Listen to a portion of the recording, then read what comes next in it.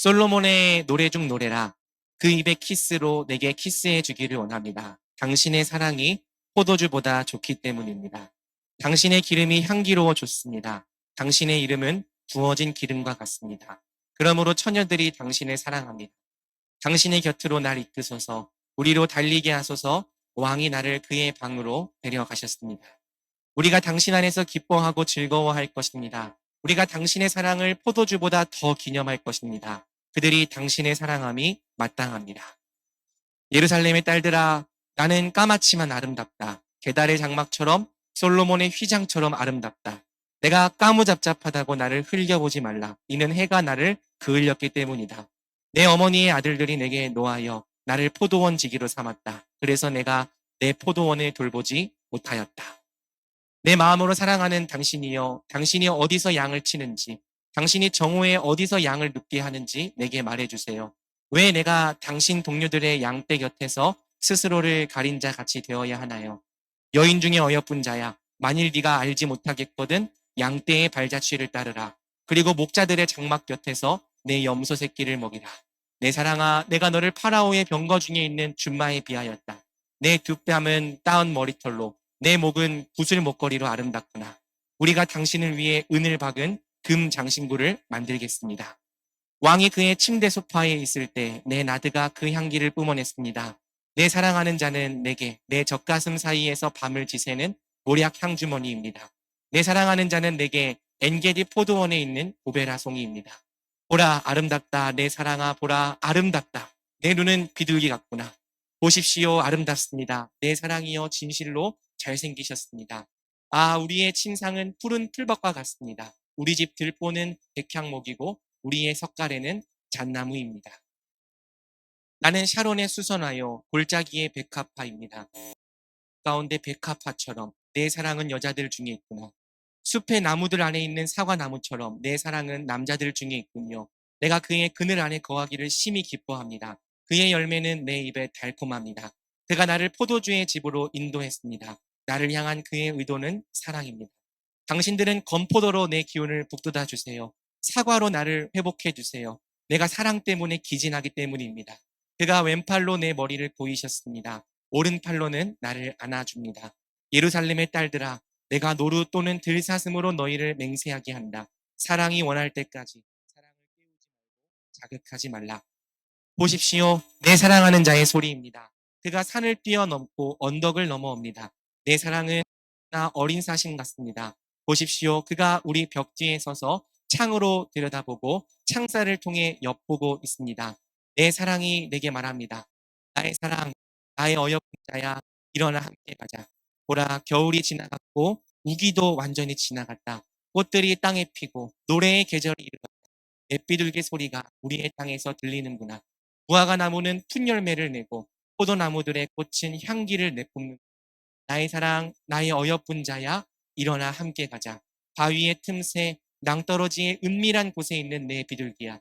나로 내 얼굴을 보게 하라. 나로 내 소리를 듣게 하라. 내 소리는 달콤하고 내 모습은 사랑스럽구나. 우리를 위해 곧 포도원을 망치는 작은 여우들을 잡아주세요. 우리의 포도원에는 꽃이 있습니다. 내 사랑하는 자는 내게 속하였고 나는 그에게 속하였습니다. 그는 백합화 가운데서 양떼를 칩니다. 날이 불고 그림자들이 달아나기 전까지 돌아오세요. 노루 또는 어린 사슴 같은 베데르산의 조금 틀렸네요. 노루 또는 베데르산의 어린 사슴과 같은 내 사랑 아멘. 이 말씀의 은혜가 이 저녁에 저와 여러분들에게 넘치기를 주님의 이름으로 축복합니다. 우리 옆 사람 얼굴 보면서 한번 서로 환영하고 축복하면 좋겠습니다. 주님의 이름으로 환영합니다. 우리 한 번 더 인사할 때 오늘 큰 은혜 받으시기 바랍니다. 이렇게 축복하며 인사할까요? 오늘 큰 은혜 받으시기 바랍니다. 네, 오랫동안 준비하고 기다렸던 겨울 수양회가 지금 이 시간 저녁 집회부터 본격적으로 시작이 됩니다. 사실 수양회를 준비할 때에는 굉장히 많은 부담이 있어요. 아마 우리 찬양을 인도하는 우리 용민 형제도 같은 부담을 느낄 거라고 생각을 하는데 이 앞에 있는 사람이 해야 되는 가장 중요한 역할은 바로 이 자리로 나오는 여러분들에게 은혜를 끼치는 거잖아요. 그런데 사실 우리 사람에게는, 저에게는 여러분들에게 은혜를 끼칠 수 있는 능력이 없는 거죠. 은혜를 주실 수 있는 분은 오직 하나님 한 분이시니까요. 하지만 제가 믿는 것이 하나가 있다면 은혜는 제가 주는 것이 아니라 하나님께서 하나님의 말씀을 통해 하나님께서 주시는 것인 것을 저는 믿습니다. 제가 하는 역할은 이 말씀에 담긴 하나님의 뜻, 또 하나님의 사랑을 가감없이 그대로 전하는 거죠. 그래서 우리가 이 시간 한번 말씀을 상고하며 이 아가서 본문을 통해 주시는 하나님의 사랑이 무엇인지를 함께 상고한다면 주님께서 이 말씀을 통해 우리에게 은혜를 주실 거라고 믿어요. 기대하는 마음으로 이 시간 함께 말씀을 살펴보면 좋겠습니다. 동서고금을 막론하고 사람들의 가장 큰 관심사 중 하나는 사랑과 연애죠. 왜인지는 모르겠지만 우리는 사랑과 연애 이야기에 환장합니다. 소설로도 읽고 드라마로도 보고 노래로도 만들어 부르죠. 다양한 주제의 소설과 드라마와 노래가 있을지라도 항상 1등은 사랑과 연애에 관련된 주제입니다. 우리는 뜨겁고 열정적인 사랑 이야기에 열광해요. 또 썸남 썸녀가 이 서로의 마음을 점점 확인하면서 연결되어져 가는 이야기를 볼 때에 마치 우리 이야기처럼 이렇게 가슴에 두근거림을 느끼는 거죠. 막 저기서 고백해야 되는데 왜 좋아한다고 말을 못해 이러면서 답답해합니다.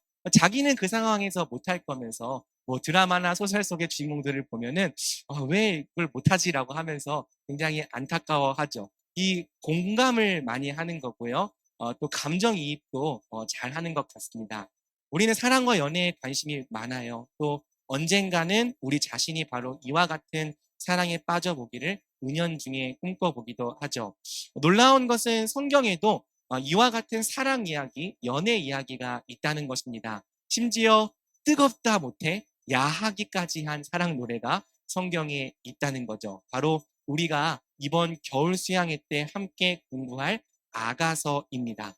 이 아가서는 뜨거운 사랑 노래, 열정적인 연애 노래예요. 그리고 청소년 관람 불가에 해당하는 굉장히 야한 노래이기도 합니다. 그래서 중고등부는 아가서를 배울 수 없어요. 여러분 중고등부 때 아가서 배운 적 있습니까? 없죠. 청소년 관람 불가라서 못 배운 거예요. 청소년들은 배울 수 없는 말씀, 오직 만 19세를 넘긴 청년들만 배울 수 있는 말씀이 아가서입니다. 물론 이제 20살 중에는 만 19세가 안 돼서 좀 이 기준에 충족이 안 되는 친구들이 있긴 한데 그냥 이렇게 형, 오빠, 누나, 언니들 같이 있으니까 여러분들이 잘 들어주시면 될 것 같습니다. 우리가 다 성인들이고 청년들이죠. 그래서 우리가 이 수양의 기간 동안 아가서를 통해 진짜 뜨거운 사랑과 연애 이야기를 한번 배워가 볼 생각입니다. 오늘은 첫날이기 때문에 아가서의 서론을 좀 공부할 필요가 있습니다. 가끔 서론을 스킵해 주길 바라는 지체들도 있는데요. 서론을 정확히 정리하지 않으면 본론에서 길을 잃기가 쉽죠. 특히 아가서는 성경에서 해석이 가장 까다로운 책 중에 하나입니다. 해석 난이도 최상의 성경이 바로 아가서죠. 그래서 실제로 아가서는 교회에서 잘 안 읽히는 책이기도 해요. 우리가 한 30명 정도가 필사를 했는데 필사하는 친구들은 자기 손으로 본문을 쓰면서도 대체 이게 무슨 내용인지 전혀 이해를 하지 못했을 것입니다. 그만큼 어렵고 이해하기가 어려운 책이 아가서인 거죠. 자, 일단 아가서의 제목부터 좀 정리를 해 보겠습니다. 아가서의 히브리어 제목은 쉬르 하쉬름입니다. 이것을 영어로 그대로 직역하면 Song of Songs, 노래 중에 노래라는 뜻이에요. 히브리어 원제는 쉬르 하시림이라는 최상급 표현을 통해서 최고의 노래, 세상에서 가장 아름다운 노래라는 의미를 가지는 거죠. 한편 이 노래의 우리말 제목은 아가인데요. 아가 하니까 자꾸 아재 개그가 하고 싶어져요. 네, 하지 않겠습니다. 이 아가는 우리가 아는 그 아가가 아니고요. 아름다운 노래, 숭고한 노래라는 뜻이죠. 이 아가와 반대되는 노래를 속가 또는 잡가라고 부릅니다. 그러니까 아가는 세상에 떠도는 이 속가나 잡가와 구별되는 아름답고 숭고한 노래라는 뜻이죠. 그런데 여러분 재밌는 게 뭐냐면 아이러니하게도 아가서의 내용 자체는 마치 속가나 잡가와 같다는 것입니다. 읽어보면 이게 정말 아름답고 숭고한 노래가 맞는가라는 의문을 품게 만든다는 거죠. 조선 시대의 유교 학자들은 이 고려 시대의 연애 가요를 비하적인 의미로 이 남녀 상열지사라고 불렀습니다. 들어본 적 있죠? 유교적인 관점에서 보았을 때 이 남녀의 자유로운 연애를 다루는 이 고려 가요가 남녀 상열지사, 잡스럽고 상스러운 노래로 보였던 거예요. 그런데 사실상 이 아가서의 내용도 남녀 상열지사나 다름이 없습니다. 내용만 보면 도대체 어떤 부분이 속가와 구별되는 숭고한 노래인지 알기가 어렵다는 거죠. 재미있는 것은 이런 고민이 단지 오늘날 우리에게만 있었던 것은 아니라는 거예요. 탈무드에는 랍기 아키바가 남긴 이런 저주가 있습니다. 아가서를 세속 노래인 양 연회장에서 흥을 넣어 부르는 자는 천국에 들어가지 못할 것이다. 이런 저주를 왜 했는가? 당시에 아가서를 마치 이 세속적인 연애 노래처럼 이 연회장에서 흥을 넣어 부르는 사람들이 있었다는 반증인 거죠. 히브리어를 모국어로 사용하는 유대인들에게 이 아가서에 묘사된 남녀의 에로스는 부정할 수 없는 사실이었습니다. 이게 개역개정 번역에서는 많이 가려져 있는데 여러분 딱 그 첫 절을 읽을 때 느꼈겠지만 당신의 입에 키스로 내게 키스해 주세요. 이게 아가서의 첫 구절이에요. 굉장히 이 히브리어를 모국어로 사용하는 사람들에게는 자극적이고 또 적나라한 에로스가 드러나는 책이라는 거죠. 그래서 유대인들은 30살이 넘기 전까지는 아가서 독해를 권장하지 않았습니다. 농담이 아니라 진짜로 아가서는 청소년 관람 불가 성경이었던 거죠. 자, 그렇다면 이 같은 청소년 관람 불가 책을 우리가 왜 공부해야 하는가? 전통적으로 유대인들과 기독교인들 모두 이 아가서를 단지 남녀의 사랑 이야기로만 이해하지는 않았습니다. 만약 그랬다면 아가서가 굳이 성경에 포함될 이유가 없었겠죠. 이 유대인들은 이 아가서를 하나님과 이스라엘의 언약적 사랑 관계를 은유하는 말씀으로 이해했습니다. 그래서 유대인들은 이 아가서를 이스라엘의 출애굽 사건과 시내산 언약을 기념하는 6월절 집회 때 낭독했던 거죠. 왜? 이 시내산 언약이 쉽게 말해서 하나님과 이스라엘의 결혼식이었기 때문이에요. 유대인들은 하나님과 이스라엘의 언약식, 즉 결혼식을 기념하고자 하나님과 이스라엘의 언약적 사랑을 은유하는 이 아가서를 6월절에 낭독한 거죠. 자, 그리고 고대 기독교인들과 중세 기독교인 역시 이 아가서를 예수님과 교회의 언약적 사랑 이야기로 이해했습니다. 에베소서 5장 31절부터 32절에 이렇게 되어 있죠. 그러므로 사람이 부모를 떠나 그의 아내와 합하여 그 둘이 한 육체가 될지니 이 비밀이 크도다. 나는 그리스도와 교회에 대하여 말하노라. 이 말씀이 어, 이 말씀이 지금 보면은 남녀의 관계가 그리스도와 교회를 나타낸다라고 말하고 있습니다. 이 말씀처럼 고대와 중세 기독교는 아가서를 단지 청춘 남녀의 사랑 이야기가 아니라 신랑 되신 예수님과 신부된 교회의 이야기로 이해한 거예요. 하지만 이와 같은 해석이 근현대에 들어와서는 깨지게 됩니다. 근현대 성경학자 중 상당수가 이 아가서를 더 이상 하나님과 교회의 사랑 이야기로 이해하기를 거부했기 때문이에요. 여러 가지 이유가 있지만 결정적으로는 해석의 방법 때문입니다. 유대인들과 고대 중세 기독교인들 모두 아가서를 하나님과 교회의 이야기로 이해하기 위해서 알레고리라고 하는 이 해석 방법을 사용했습니다. 이 알레고리라는 것은요, 성경을 문자 그대로 의미하는 게 아니라 그 안에 뭔가 숨겨진 상징적인 의미가 있다고 생각하면서 그 의미를 찾아내려고 하는 해석 방법이에요. 예시를 보는 게 이해가 빠르죠. 자, 아가서 1장 13절을 보면 나의 사랑하는 자는 내 품 가운데 몰약 향주머니요라는 이 말씀이 있습니다. 문자적으로 이해할 때 이 말씀은 내 사랑하는 자가 나를 향기롭게 하는 향주머니와 같다라는 뜻이죠. 하지만 이 말씀을 유대인들의 이 탈굼은 이렇게 해석하는 거예요.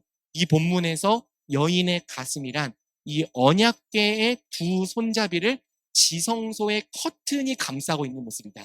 그러니까 이 지성소 커튼을 가지고 언약궤를 감싸면 그 속죄소가 이렇게 날개가 두 개가 이렇게 있기 때문에 이것을 모습이 여인의 가슴처럼 생겼다. 그래서 이게 이 지성소의 커튼이 언약궤의 두 손잡이를 감싸고 있는 모습이다. 이렇게 해석을 하는 거예요. 그리고 모략 향주머니는 여호와 하나님을 의미한다. 모략 향주머니가 여인의 가슴에 있다는 것은 하나님께서 언약궤에 좌정하셨다는 것을 의미한다. 그리고 이 모략 향주머니가 밤새 여인의 가슴에 있다는 것은 하나님께서 금송아지를 만든 이스라엘의 죄를 용서하시고 다시 이스라엘과 쇠키나 영광, 구름기 등으로 함께 하시겠다는 약속을 의미한다. 이렇게 해석을 하는 거죠. 여러분, 알레고리라는 해석 방법이 이해가 됩니까? 그러니까 알레고리는 방금 본 것처럼 본문이 뭐라고 적혀 있는지는 중요하지 않아요. 이 본문 속에 숨겨진 다른 의미를 찾아내려고 하는 게 알레고리인 거죠. 자, 근데 문제는 뭐냐면요. 초대교회 교부인 이 알렉산드리아의 키르는 이 말씀을 또 다르게 해석했다는 거예요. 여기서 여인의 두 가슴은 신약 성경과 구약 성경입니다. 몰약 향주머니는 예수님이에요. 그래서 몰약 향주머니가 여인의 두 가슴 사이에 있다는 것은 예수님께서 구약과 신약을 연결한다는 뜻이다. 이렇게 해석을 한 거죠. 그러면 알레고리의 문제점이 뭔지가 보여요? 해석의 결과만 놓고 보면 틀린 말은 하나도 없습니다. 오히려 은혜롭기까지 하죠. 하나님은 언약궤 위에 자정하시는 게 맞아요. 예수님은 구약과 신약을 연결하시는 성경의 핵심이죠. 하지만 도대체 이 모략 향주머니를 하나님이나 예수님으로 해석하는 근거가, 또 여인의 두 가슴을 언약궤나 신구약으로 해석하는 근거가 뭐냐는 거예요. 없어요. 그냥 해석자가 그렇게 해석하고 싶은 겁니다. 이것이 알레고리가 가진 가장 큰 문제점이에요. 누군가는 이 여인의 가슴을 언약궤라고 해석하겠지만 또 같은 랍비들은요, 이 여인의 가슴을 아론과 모세라고 해석합니다. 해석의 근거가 없어요.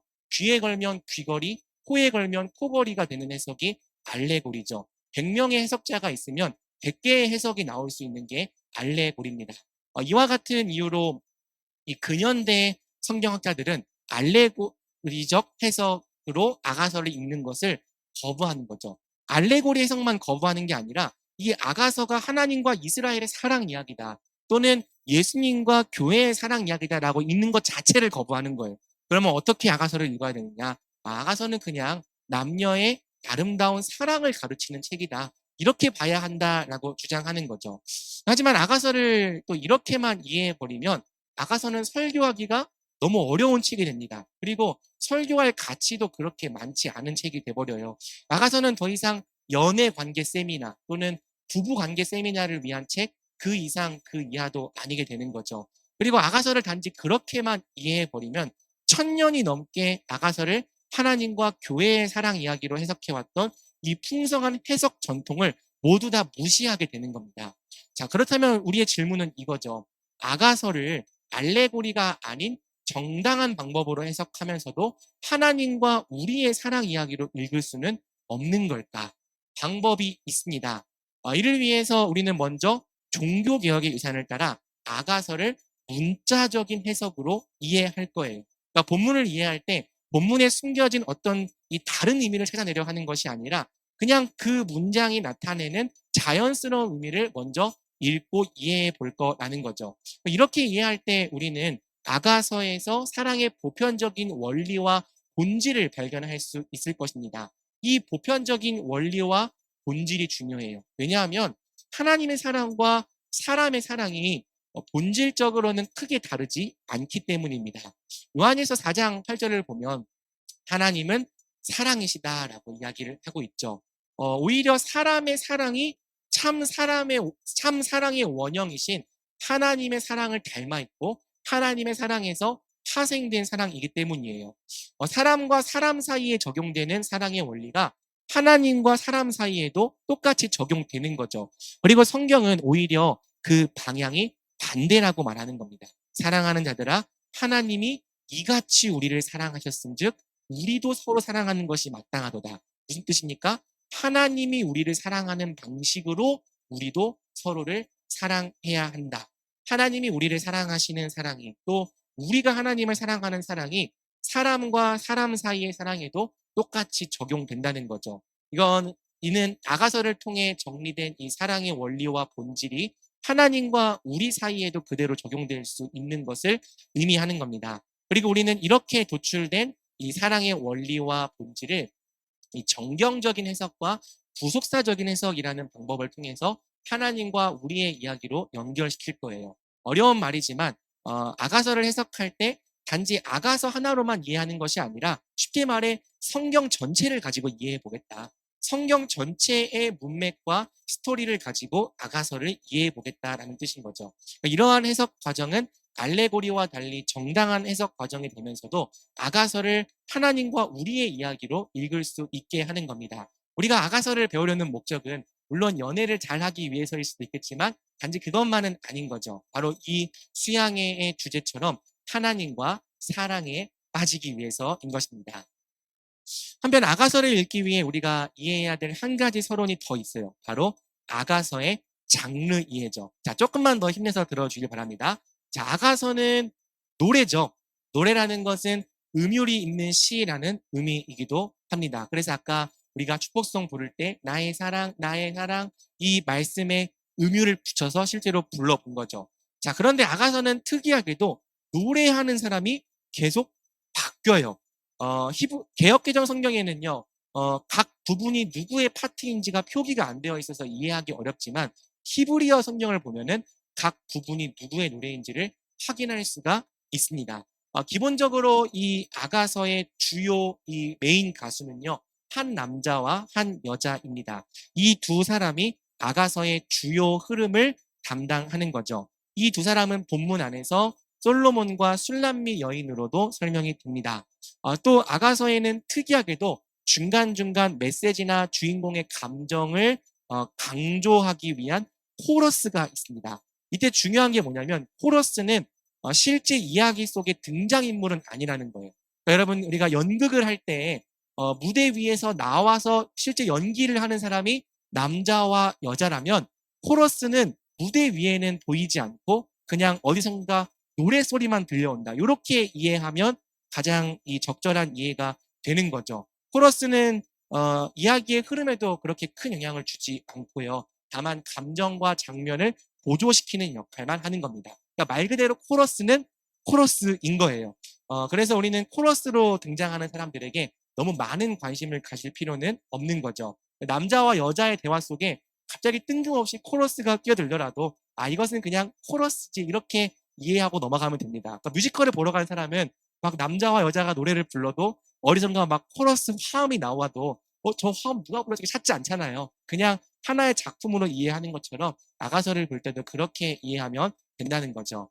이러한 이해와 파트 구분을 쉽게 할 수 있도록 제가 여러분의 가이드북에 직접 히브리어에서 번역한 사역 본문을 수록했습니다. 개인적으로 번역한 본문을 사역 본문이라고 하는데 여러분들에게 더 아가서를 느낌 있게 다가오게 하게끔 직접 번역을 했어요. 그리고 본문을 읽을 때 좀 더 연애의 느낌이 날 수 있도록 남자와 여자의 어조를 좀 구분해서 표현을 해 놓았습니다. 그래서 우리는 이 수양의 기간 동안 아예 이 사역 본문을 중심으로 아가서를 살펴보려고 하는 거죠. 자, 어쩔 수 없이 첫날이라 서론이 좀 길었는데요. 이제 아가서를 읽을 준비가 다 되었습니까? 네, 하나님의 사랑에 빠질 준비가 되었죠. 우리 함께 하나님과 우리의 사랑 이야기 또 아가서 속으로 들어가 보겠습니다. 자, 1절은 아가서의 저자를 솔로몬이라고 말합니다. 솔로몬의 노래 중 노래라. 아가서의 저자가 정말 솔로몬이냐는 논쟁이 오늘날에 있어요. 하지만 우리는 보수적인 관점을 따라서 아가서의 저자를 솔로몬으로 이해할 것입니다. 열왕기상 4장 32절은 솔로몬이 총 3,000개의 잠언과 1,005편의 노래를 지었다고 말합니다. 그렇다면 이 아가서는 그 이름처럼 솔로몬이 지은 최고의 노래일 것입니다. 또 솔로몬의 탁월한 지혜를 담은 노래이기도 하겠죠. 다만 아가서가 솔로몬의 실제 경험담은 아닐 확률이 높아요. 이 비밀이 주일날 밝혀질 겁니다. 작사, 작곡가가 꼭 자기 경험담으로 노래를 만들어야 하는 건 아니잖아요. 그래서 우리도 그냥 아가서를 읽을 때 이걸 진짜 역사라고 읽기보다는 그냥 한 작품으로 읽는 거죠. 굳이 본문에 계속해서 우리가 아는 역사 속에 이 솔로몬을 대입해가며 읽을 필요는 없다는 것입니다. 작품은 작품으로 보자는 거죠. 작품의 세계관, 작품의 설정, 작품의 서사를 따라 읽자는 거예요. 아가서의 남주는 그냥 남주, 여주는 그냥 여주인 거죠. 그래서 우리도 아가서를 읽을 때에는 그냥 본문의 두 주인공을 남자와 여자라고 칭할 것입니다.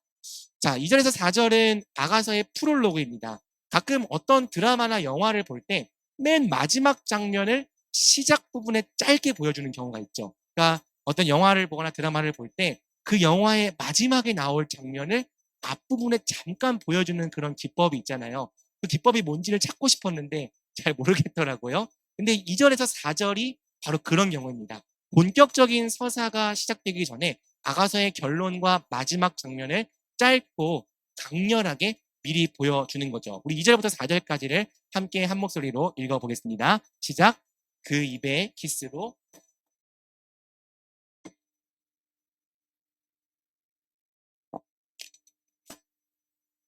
당신의 이름은 부어진 기름과 같습니다. 그러므로 처녀들이 당신을 사랑합니다. 당신의 곁으로 날 이끄소서. 우리로 달리게 하소서. 왕이 나를 그의 방으로 데려가셨습니다.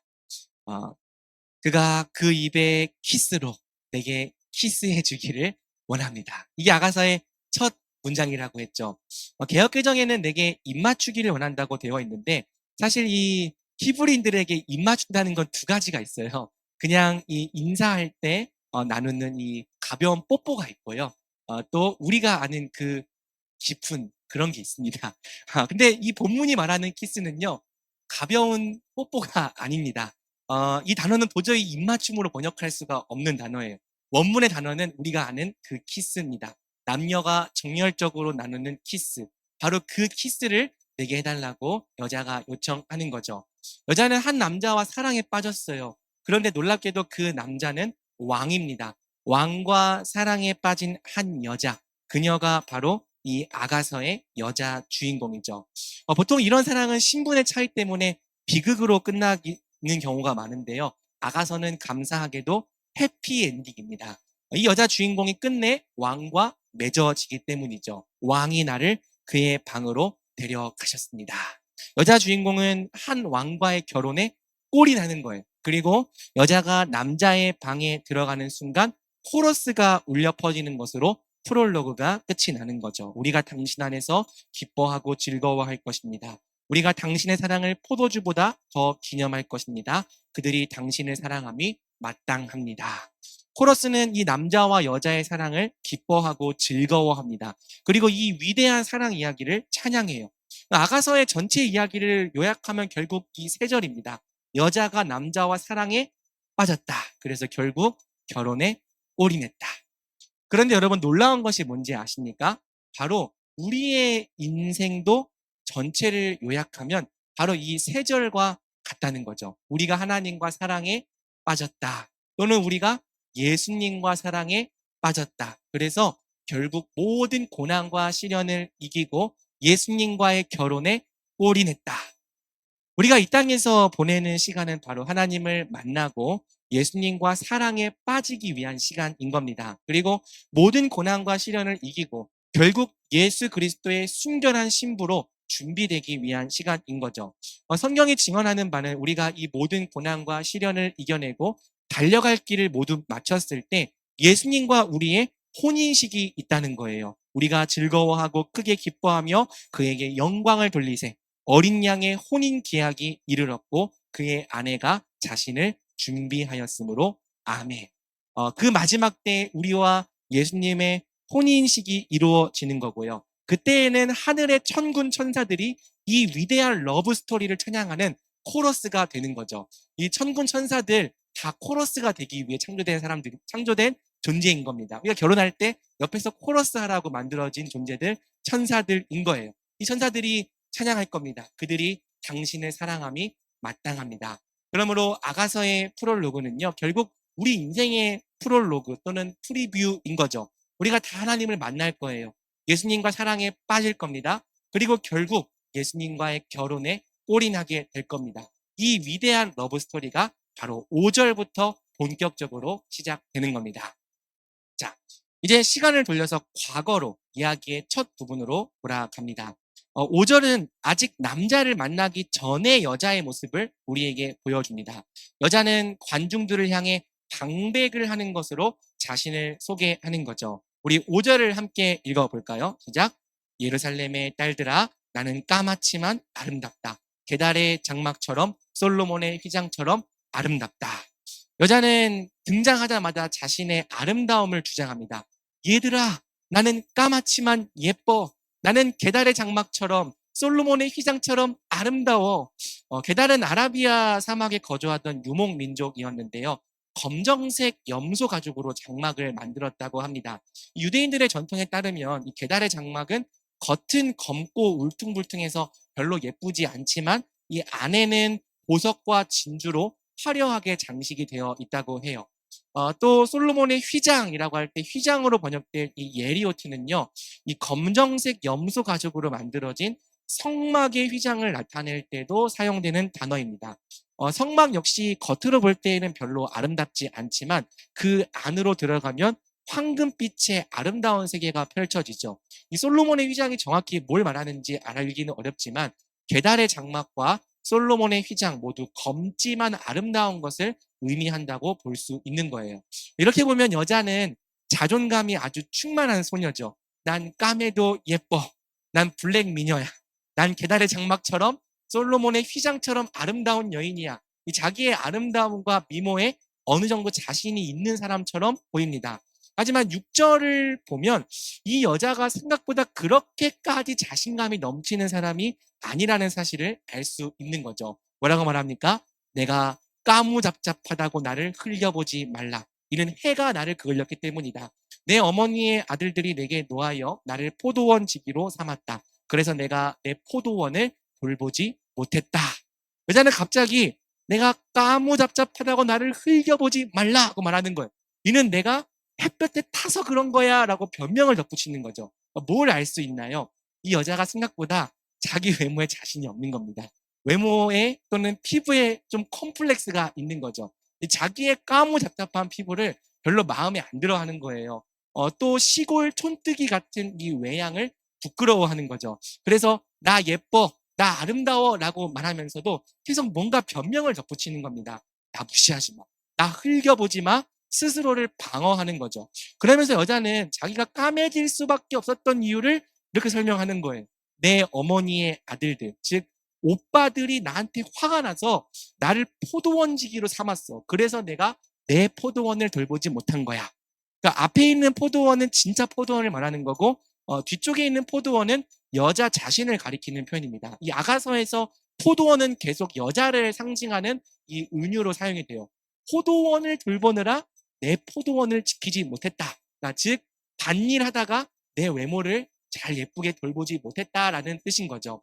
이 6절만 보면 오빠들이 되게 나쁜 사람 같은데요. 사실 이 8장을 보면 이 오빠들은 여동생을 지극히 사랑하는 여동생 바보 오빠들입니다. 그렇게 나쁜 사람들은 아니에요. 그럼 오빠들이 왜 화가 났냐? 이유는 하나겠죠. 이 여동생이 뭔가 혼날 만한 짓을 한 거예요. 그러니까 본문의 여자 주인공은 어떤 여자 주인공이냐면 사실 그렇게까지 아름답고 고상한 여인이 아닌 겁니다. 오빠들한테 혼나서 그 벌로 포도원이나 지키고 있는 말괄량의 소녀인 거죠. 그러면서도 이 포도원이라면서 이거 피부 타면 안 되는데 여러분들이 하는 것처럼 막 이렇게 얼굴 좀 가리려고 하고 까무잡잡해지면 사람들이 날 촌뜨기 소녀라고 무시할 텐데 막 이런 걱정을 하고 있는 평범한 소녀인 거예요. 물론 이 여인이 장차 최고로 존귀한 왕에게 사랑을 받을 것입니다. 하지만 본문이 보여주는 이 여인의 첫 인상은 사실 왕에게 어울리는 고상하고 아름다운 여인은 아닌 거죠. 이 여인은 그냥 평범한 여인, 사고 쳐서 오빠들한테 혼이 나고 있는 여인. 그러면서도 얘들아 나 사실 예쁜 여자야. 까매졌다고 무시하지 마. 변명이나 늘어놓고 있는 여인인 것입니다. 사랑하는 여러분, 사실 우리도 이 여자와 비슷하죠. 우리도 온 우주에서 가장 높으신 왕께 사랑을 받은 자들이지만 사실 우리도 그분께 그렇게 어울리는 사람들은 아닙니다. 우리는 그냥 평범해요. 물론 사람들한테 인정받고 싶고 스스로의 가치와 아름다움을 증명하고 싶지만 마음 한편으로는 부끄러움과 수치심도 동반하고 있는 거죠. 나는 사실 그렇게 대단한 사람이 아니라는 걸 스스로 알고 있는 거예요. 그렇게 예쁘거나 아름다운 사람이 아니라는 것을 스스로 잘 알고 있는 거죠. 그래서 자신의 가치를 주장하려고 하지만 또 한편으로는 자신의 가치에 대해 별로 확신이 없는 사람들인 겁니다. 하나님을 만나기 전까지의 대부분의 사람들이 바로 이렇게 살아가는 거죠. 겉으로는 나 예뻐, 나 아름다워, 나 매력 있어, 나는 사랑받을 만해 주장하지만 속으로는 또 무슨 생각을 하는 거예요? 나는 사실 까매. 나는 흠이 많아. 부끄러워하고 수치스러워하고 자신의 부족함을 들킬까봐 두려워하는 거죠. 이 아담과 하와의 범죄 이후로 사람들은 자신을 무화과 잎으로 가리며 살아가게 되었습니다. 원래 하나님께서 주셨던 아름다운 형상이 부패하니까 자꾸 다른 것들로 자신의 가치와 아름다움을 증명하려 하게 된 거죠. 누군가는 학벌로 자기의 가치를 증명하려 하고, 누군가는 직장으로, 누군가는 재산으로, 누군가는 자신이 받는 연봉으로 자기의 가치를 증명하려고 합니다. 누군가는 자신이 이뤄낸 성과로 내 자신을 입증하려고 하는 거죠. 나 대단한 사람이야. 나 멋진 사람이야. 그러니 무시하지 마. 흘겨보지 마. 자신을 방어하려 한다는 거예요. 하지만 무화과 잎은 무화과 잎일 뿐이죠. 무화과 잎을 다 제거한 그 알맹이 속에는 별로 대단할 것이 없다는 것을 누가 알고 있습니까? 우리 자신이 스스로 알고 있는 거예요. 그리고 그걸 아는 게 은혜이기도 한 거고요. 그래서 사람들 앞에서는 그렇게 자신을 주장하려 하면서도 마음 한켠으로는 나는 까매, 나는 아름답지 않아, 나는 가치가 없어. 이런 수치를 갖고 살아가는 것이 아담 이후의 모든 죄인들인 겁니다. 그래서 우리가 이 여인을 닮았습니다. 자기의 아름다움을 변호하고 주장하려 하지만 사실은 자기 자신에게 별로 자신이 없는 이 모습을 닮아 있는 거죠. 자, 그러던 중에 여자가 드디어 남자를 만납니다. 이제 가이드북을 보면 샵 3에 해당하는 장면이죠. 샵 3에서 남자와 여자는 둘 다 양을 치는 목동으로 등장하는데 이는 실제 이 두 사람의 직업을 말하는 건 아니고요. 이 목가적인 배경을 제시하는 겁니다. 그러니까 아까 여자는 포도원 지킨다고 했잖아요. 그리고 남자의 실제 신분은 왕입니다. 이 둘은 실제로 양을 칠 일이 별로 없는 사람들이에요. 하지만 본문은 의도적으로 이 두 사람을 다 목동으로 등장을 시키는 거죠. 이 아가서의 설정은 조금 느슨하게 봐야 합니다. 현대 소설이나 영화처럼 왜 설정 제대로 안 지켜? 이렇게 생각하면 안 돼요. 이 목가적인 배경은 히브리인들에게 낭만적인 배경을 의미합니다. 이 푸르른 초원과 양떼들, 그 고요하고도 목가적인 배경은 이 사랑을 나누기에 어울리는 러브러브한 배경인 거죠. 자, 놀랍게도 남자와 여자의 만남은 여자의 적극적인 어프로치로 시작됩니다. 우리 7절을 함께 읽어보겠습니다. 시작. 내 마음으로 사랑하는 당신이여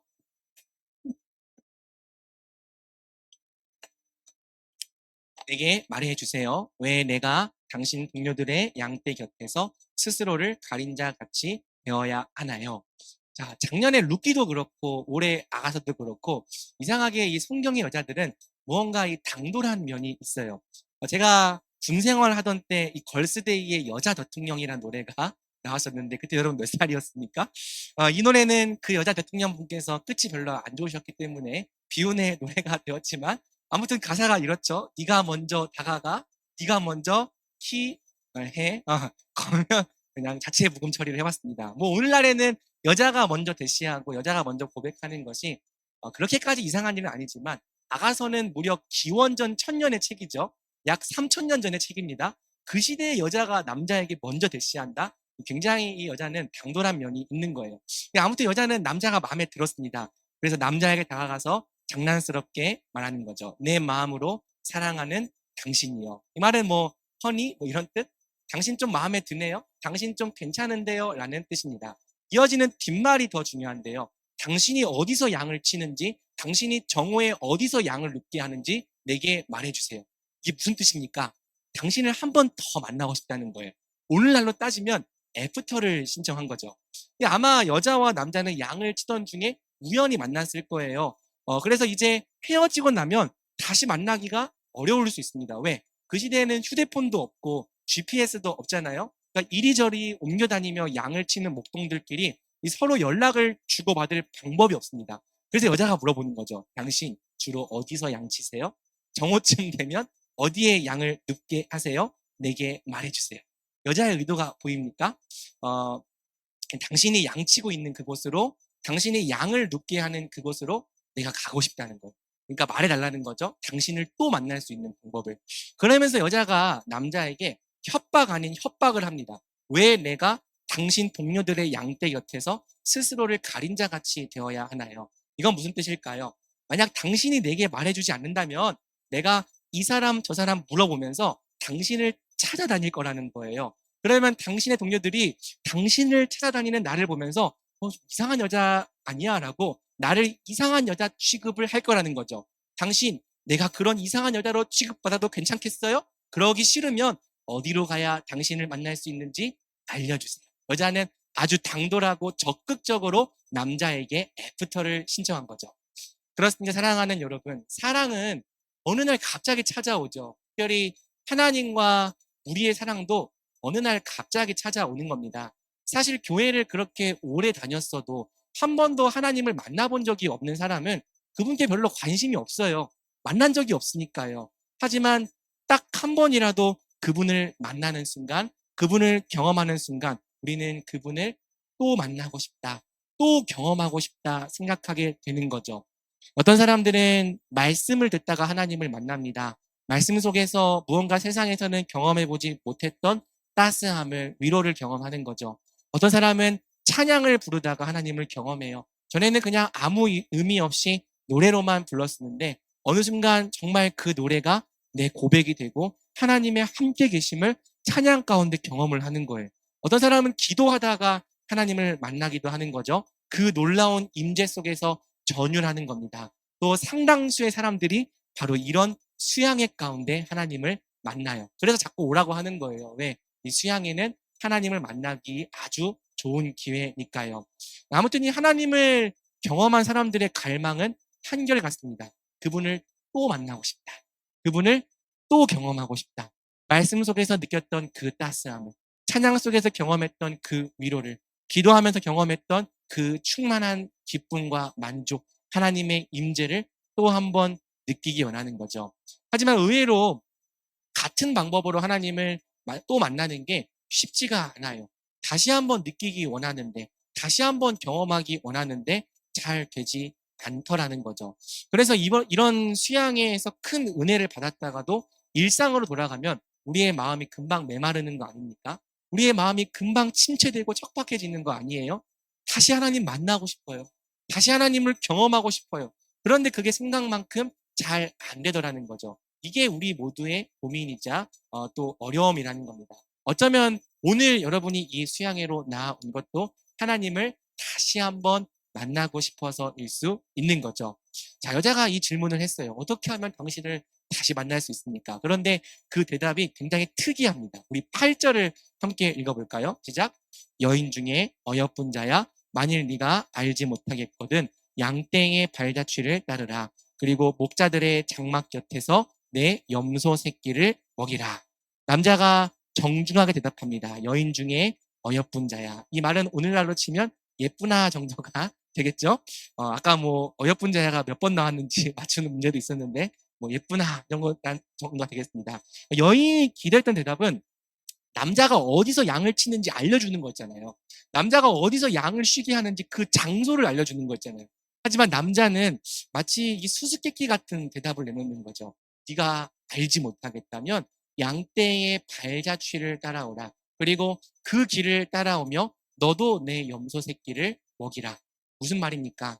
나를 따르던 양떼들의 발자취가 남아있을 거라는 겁니다. 그 발자취를 잘 따라오다 보면 나를 다시 만날 수 있을 거라는 거죠. 그러면 우리도 마찬가지예요. 어떻게 하면 우리가 하나님을 다시 만날 수 있을까요? 어떻게 하면 우리가 다시 예수님의 사랑과 은혜를 경험할 수 있을까요? 가장 확실한 방법이 있습니다. 예수님이 말씀하시는 거죠. 나를 따랐던 양떼들의 발자취를 따라오라. 지금까지 예수님을 따랐던 수많은 양들이 있었다는 거예요.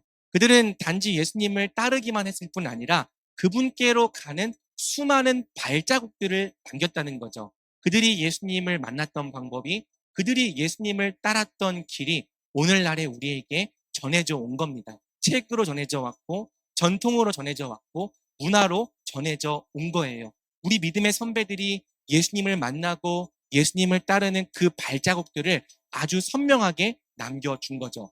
그래서 여러분, 예수님을 만나는 가장 지혜로운 방법이 뭐냐면 바로 먼저 이 길을 갔던 선배들의 발자취를 따르는 거예요.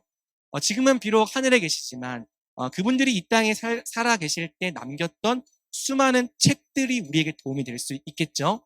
또 우리 믿음의 선배들이 남긴 이 간증들 역시 도움이 될 겁니다. 무엇보다 교회가 예수님을 따르기 위해 정리해 왔던 진리와 교리, 그리고 실천해 왔던 여러 경건의 방법들이 도움이 되겠죠. 다른 방법이 없습니다. 쉬운 방법도 없고 빠른 방법도 없습니다. 하나님을 만나고 하나님을 찾아내는 길은 이 길을 먼저 갔던 선배들의 발자국을 신실하게 따라가는 거예요. 그러므로 제가 여러분에게 말하고 싶은 것은 우리 공동체가 함께 하자고 말하는 여러 일들에 제발 신실하게 참여해 달라는 겁니다. 여러분, 제가 여러분들과 함께 하자고 말하는 것들은요, 단순히 제 생각만은 아닙니다. 이것은 우리 선배들이 먼저 앞서서 예수님을 따라갔던 그 발자취를 따르는 길인 거죠. 제가 여러분들에게 함께 성경을 연구하자 말하고 있어요. 교리를 공부하자 말하고 있고 끊임없이 기도하자고 말하고 있습니다. 성도의 교제를 나누자고 말하고 있고 함께 한 몸으로 살아가자 말하고 있습니다. 왜? 바로 이 모든 길들이 우리 믿음의 선배들이 예수님을 따라가며 남긴 발자취이기 때문이에요. 그런데도요, 많은 사람들이 이 길을 따르지 않습니다. 이 길을 신뢰하지도 않아요. 왜? 이 길은 너무 어렵고 힘들고 지루해 보인다는 이유죠. 그리고 뭔가 하나님을 만날 수 있는 더 쉬운 길, 빠른 길, 편한 길이 있을 거라고 생각을 하는 거예요. 하나님을 만나는 확실한 길이 있다. 여기 선배들이 남겨준 발자취가 있다 하고 말하는데도요, 그 길은 싫다. 나는 나만의 길을 찾을 거야. 라고 말하는 거죠. 그러면서 유튜브 보면서 이상한 거 보는 거예요. 아니에요. 적어도 하나님을 만나는 데 있어서 우리는 철저히 옛 길을 따라야 합니다. 그 길은 사람이 스스로 만들어낸 길이 아니라 하나님이 성경을 통해 가르쳐 주신 길이기 때문이죠. 우리 믿음의 선배들이 다름 아닌 성경의 길을 따르며 자신들의 발자취를 남겨주었기 때문입니다. 우리 예레미야 6장 16절 말씀 우리 함께 읽어보겠습니다. 시작. 여호와께서 곧 선한 길이 어디인지 알아보고 그리로 가라. 너희 아멘. 어디로 가라고요? 옛길, 선한 길이 어디인지 알아보고 그 길로 가라. 그러면 너희가 평강을 얻으리라. 사랑하는 여러분, 여러분이 정말로 하나님을 다시 만나기 원한다면요, 옛길로 가십시오. 선배들이 남긴 발자취를 따라가십시오. 그리로 가면 하나님을 만날 거예요.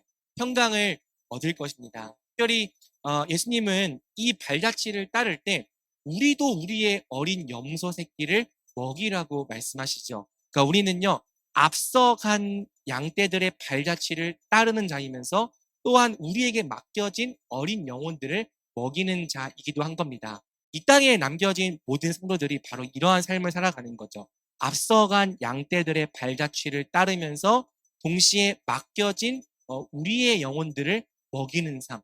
그러니까 우리가 이러한 삶을 살아간다면 이 길에는 또 우리가 남긴 발자국들이 남게 될 겁니다. 그렇게 되면 또 우리의 후배들이 우리가 남긴 발자국을 보고 예수님을 만나기 위해 그 발자취를 따라오겠죠. 기독교의 길은 바로 이러한 방법으로 2000년이 넘게 유지되어 왔습니다. 앞서간 사람들이 자기 양떼를 먹이며 발자취를 남기고 또 뒤따르는 사람들이 자기의 양떼를 먹이며 발자취를 남긴 거예요.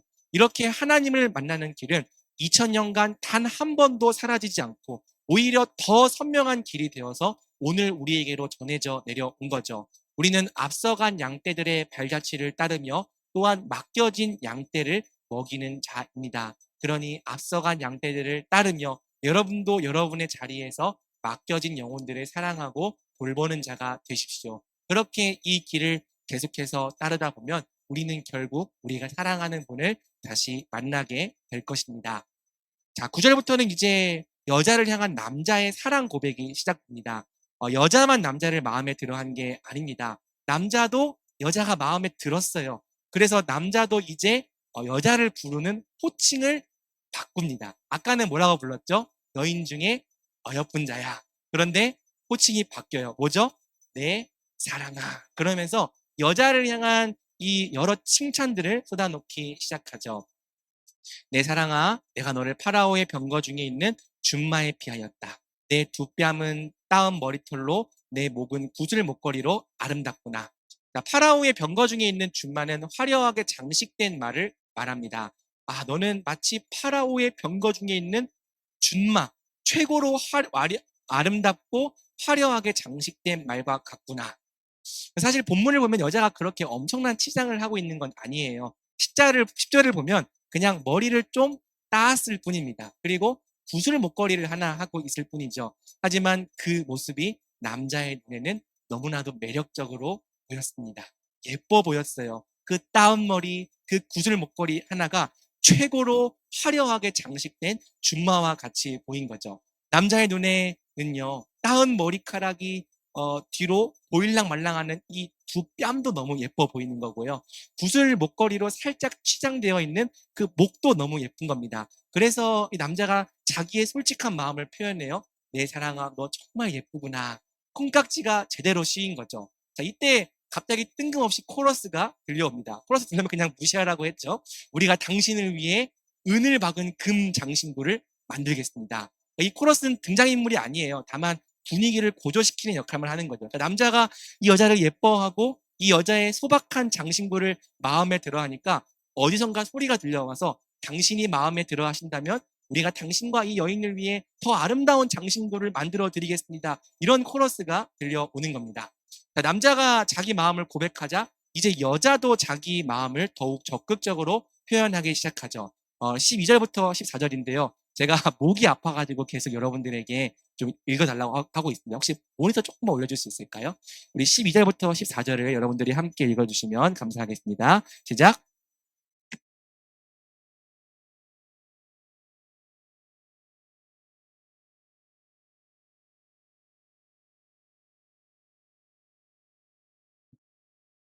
내게 엔게니 포도원에 있는 고베라 송이입니다. 자, 남자는 아까 시각적인 이미지로 여자의 아름다움을 표현했는데요. 여자는 이제 후각적인 이미지로 남자와 가까이 있고 싶은 마음을 표현합니다. 12절은 왕을 내 나드라고 표현합니다. 이 나드는 나도초로 만든 향유를 의미합니다. 나드는 아주 값비싼 고급 향유였죠. 그런데 왕이 그의 침대 소파에 앉아 있으면 그분의 향기로 침대 소파가 가득해진다는 거예요. 이것은 이런 고백이죠. 당신이 있으면 향유 따위는 필요 없습니다. 왜냐하면 당신이 내 나드, 당신이 내 향유시기 때문입니다. 그리고 13절에서 여자는 내 사랑하는 자는 내 젖가슴 사이에서 밤을 지새는 모략 향주머니라고 고백합니다. 모략도 고급 향장품입니다. 전에 우리 재혁 사장님이 이 오픈한 가게에 갔을 때 내가 이 나드랑 모략을 직접 보고 만져보고 왔는데요. 고급 향장품이에요. 오늘날 우리가 몸에 향수를 뿌리는 것처럼 고대의 고귀한 여인들도 이 모략 향주머니를 가슴에 차고 다녔던 거죠. 그런데 여자가 뭐라고 말하냐면요. 내 사랑하는 자가 내 가슴 속에 품은 모략 향주머니라고 고백하는 겁니다. 이건 무슨 뜻이냐? 당신이 내 향기였으면 좋겠다는 뜻이죠. 막 이상한 해석을 갖다 붙이는 게 아니라 나한테서 당신의 향기가 났으면 좋겠다. 당신을 밤새도록 내 향기로 품고 싶다라는 뜻입니다. 14절의 고베라 역시 향수의 원료입니다. 그러니 12절부터 14절까지 여자는 모두 남자를 후각적인 이미지로 표현하는 거예요. 나에게서 당신의 향기가 났으면 좋겠습니다. 이는 남자와 가까이 있고 싶은 여자의 솔직한 마음을 담은 진심 어린 고백인 거죠. 자, 이제 서로가 서로의 마음을 알았잖아요. 여자가 남자를 좋아한다고 했고 남자가 여자를 좋아한다고 했습니다. 그럼 거칠 게 없어지는 거죠. 그래서 이제 15절부터는 좀 눈꼴 시려운 장면이 연출됩니다. 남자와 여자가 서로 예쁘다, 잘생겼다라는 말을 주고받기 시작하는 거예요. 우리가 15절에서 17절을 함께 읽어볼 건데요. 한번 느낌을 내기 위해서 15절은 형제들이, 16절 상반절은 자매들이, 그리고 16절 하반절에서 17절은 다 같이 읽어보겠습니다. 자, 형제들 먼저 시작! 보라, 아름답다. 내 사랑아, 보라, 아름답다. 내 눈은 비둘기 같구나. 같이 우리의 침상은 푸른 풀밭과 같습니다. 우리 집 들보는 백향목이고 우리의 석가래는 잣나무입니다. 그럼 번갈아 가면서 읽어보니까 어떤 느낌인지 와 닿습니까? 여러분들 너무 감정 없이 국어책처럼 읽었어요. 이제 어떤 느낌이야? 보라 아름답다. 내 사랑아 보라 아름답다. 내 눈은 비둘기 같구나. 그랬더니 보십시오 아름답습니다. 내 사랑이요 진실로 잘생기셨습니다. 같이 우리의 침상은 푸른 풀바다가 이런 내용인 거예요. 알겠어요? 그러니까 서로의 마음을 확인한 두 사람이 거침이 없어져서 이제 서로를 향해서 아름답다, 잘생겼습니다. 이런 얘기를 하기 시작하는 거죠. 그러다가 이제 함께 풀밭에 들어 누워서 이제 하늘을 보는 겁니다. 이 풀밭이 우리의 침대입니다. 저기 저 백향목 나무가 우리 집 들보고 저기 저 잣나무가 우리 집 석가래입니다. 놀고 있는 거죠. 이게 뭐 하는 거냐? 서로 노래를 주고받는 것을 모자라서 듀엣을 부르기 시작하는 거예요. 오늘날로 따지면 저 별은 나의 별, 저 별은 너의 별, 별빛에 물들은 밤같이 까만 눈동자 막 듀엣을 너무 옛날 노래를 불렀나요? 요즘 노래를 못 부르겠어요. 오늘부터 우리 1일이야 이러면서 이제 두 사람은 서로를 사랑하는 연인 관계로 들어가게 되는 거죠. 여기까지가 바로 아가서의 1장 내용인 거예요. 사랑하는 여러분, 이 아가서가 그려내는 남자와 여자의 만남은 하나님과 우리의 만남을 굉장히 많이 닮아 있습니다. 이 하나님을 만나기 전까지 우리는요, 마치 김춘수 시인의 이 꽃이라고 하는 시에 등장하는 꽃과 같았죠. 내가 그의 이름을 불러주기 전에는 그는 다만 하나의 몸짓에 지나지 않았다. 내가 그의 이름을 불러주었을 때 그는 나에게로 와서 꽃이 되었다. 하나님을 만나기 전까지, 그분의 사랑을 알기 전까지 우리는 그저 하나의 몸짓에 지나지 않았습니다. 아름다워 보이고 싶지만 별로 특별할 것이 없는 사람들, 대단해 보이고 싶지만 별로 대단할 것이 없는 사람들, 그냥 여기저기 널려있는 평범한 사람들, 그게 우리였어요. 그래서 우리는 지극히 평범한 우리 모습에 울상을 짓곤 했던 거죠. 나는 특별하지 않아. 나는 대단하지 않아.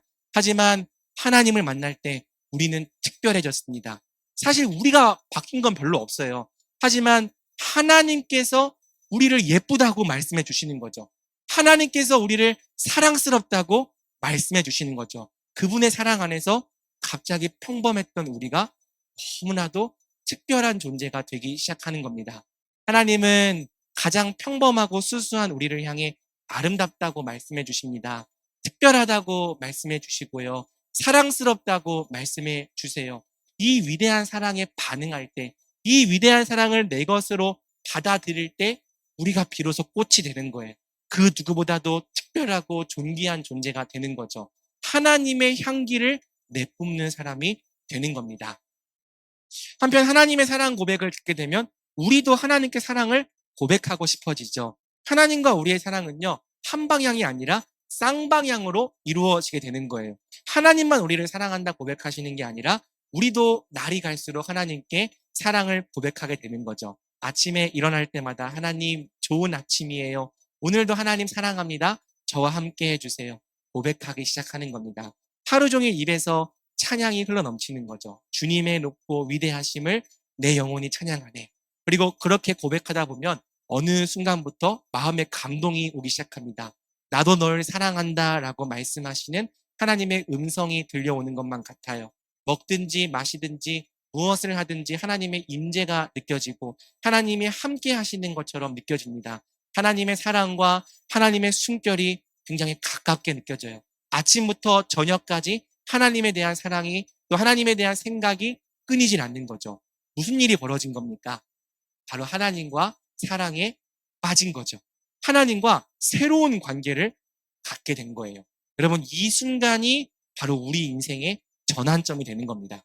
하나님의 사랑을 알기 전과 안 후는 완전히 다를 수밖에 없는 거예요. 하나님의 사랑을 깨닫고 하나님께 사랑을 고백하게 될 순간부터 우리의 인생은 완전히 새로운 시작으로 들어가게 된다는 거죠. 그런즉 누구든지 그리스도 안에 있으면 새로운 피조물이라. 이전 것은 지나갔으니 보라 새 것이 되었도다. 아멘. 아마 여러분 중에는 이러한 시작을 이미 경험한 지체들도 있을 것입니다. 경험했다면 제가 설명하는 이 첫사랑이 무엇인지를 공감할 수 있을 거예요. 공감합니까? 반면 이 시작을 경험해보지 못한 지체들도 있을 수 있습니다. 20, 30년을 교회를 다녀도요. 심지어 모태신앙이었는데도요. 하나님이 정말 사랑스러운 분으로 다가와 본 적이 한 번도 없을 수 있는 거죠. 하나님은 그저 늘 부모님의 하나님이었고 추상적인 개념 속에 존재하는 분이었지 한 번도 나와 사랑을 나누실 수 있는 인격적인 분으로 다가온 적이 없을 수 있다는 겁니다. 괜찮아요. 반드시 이 만남이 여러분에게도 찾아올 것입니다. 그리고 이 만남이 여러분에게 찾아온다면, 그래서 여러분이 하나님과 첫사랑에 빠지게 된다면 그때부터 여러분은 완전히 새로운 인생으로 들어가게 되는 거죠. 우리가 함께 고백했던 것처럼 이전과는 도저히 같을 수 없는 새로운 삶이 우리 인생 가운데 시작되는 겁니다. 바라기는 그 첫사랑의 시작이 오늘 밤 또는 이번 수양회가 되면 좋겠습니다. 하나님께서 이 수양회 기간 동안에 그 말씀과 찬양과 기도의 시간 가운데 여러분을 친히 만나 주시기를 우리 주님의 이름으로 간절히 축복합니다. 자, 2장부터는 이제 새로운 장면이 시작됩니다. 1장과 2장의 시간적 간격이 얼마나 되는지는 알기가 어렵습니다. 그동안 남자와 여자가 몇 번이나 만남을 가졌는지도 알기가 어렵죠. 아무튼 남자와 여자는 또 만났어요. 추측하건대 이전에도 계속 만남을 가졌던 것 같습니다. 1절을 통해 그 사실을 추측해 볼 수 있죠. 1절에서 여자는 이렇게 말합니다. 나는 샤론에 수선하여 골짜기에 백화파입니다. 이 말씀 때문에 이제 샤론의 꽃 예수 이런 생각도 나왔는데, 사실 이 고백은 남자의 고백이 아니라 여자의 고백이에요. 샤론에 수선하라고 하니까 굉장히 멋진 표현 같지만 사실 이 표현은 내가 예쁘다는 뜻이 아닙니다. 이 샤론은 이스라엘 북부에 있는 비옥한 땅이에요. 그래서 수선화 같은 꽃들이 널려 있는 땅입니다. 백합화도요, 그냥 들에서 아주 흔하게 볼 수 있는 들꽃이에요. 게다가 본문은 이 백합화가 들이 아니라 골짜기에 있다고 하죠. 안 그래도 백합화는 흔한데 여기저기 널려 있는데 이 나라는 백합화는 저기 골짜기에 짱 박혀 있으니까 눈에 띌 일이 전혀 없는 꽃인 겁니다. 무슨 뜻입니까? 이 고백은요, 나는 너무 평범한 여자예요. 특별할 게 별로 없는 여자예요. 그래서 당신과 별로 안 어울리는 여자예요. 이런 뜻인 거죠. 여러분, 남자와 계속 만남을 가져보면서 여자가 알게 된 거예요. 아, 지금 내가 만나고 있는 이 사람은 정말 위대하고 고결한 분이구나. 그런데 그에 비해서 여자는 어떤 사람입니까? 햇볕에 그을려서 피부가 까매진 시골 여자입니다. 오빠들한테 혼나서 포도밭이나 지키던 평범한 여인입니다. 그래서 남자를 만나고 남자와 함께하면서 자꾸 이런 마음이 올라오는 거죠. 나는 평범해.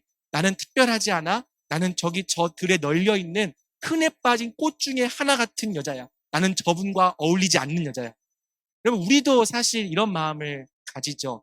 하나님을 만나면 만날수록 또 알아가면 알아갈수록 우리 마음속에 자꾸 스멀스멀 올라오는 마음이 있습니다.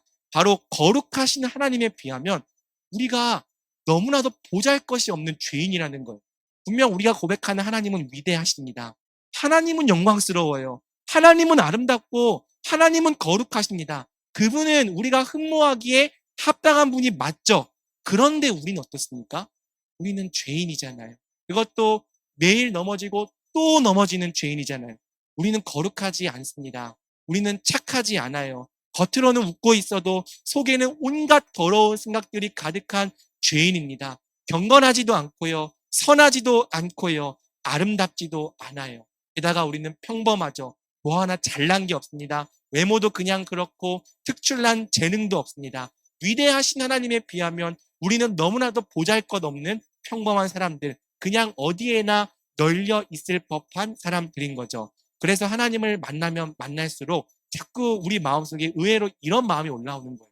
나는 하나님과 어울리지 않아. 나는 하나님께 가까이 갈 수 없고 하나님께 가까이 있을 수 없는 죄인이야.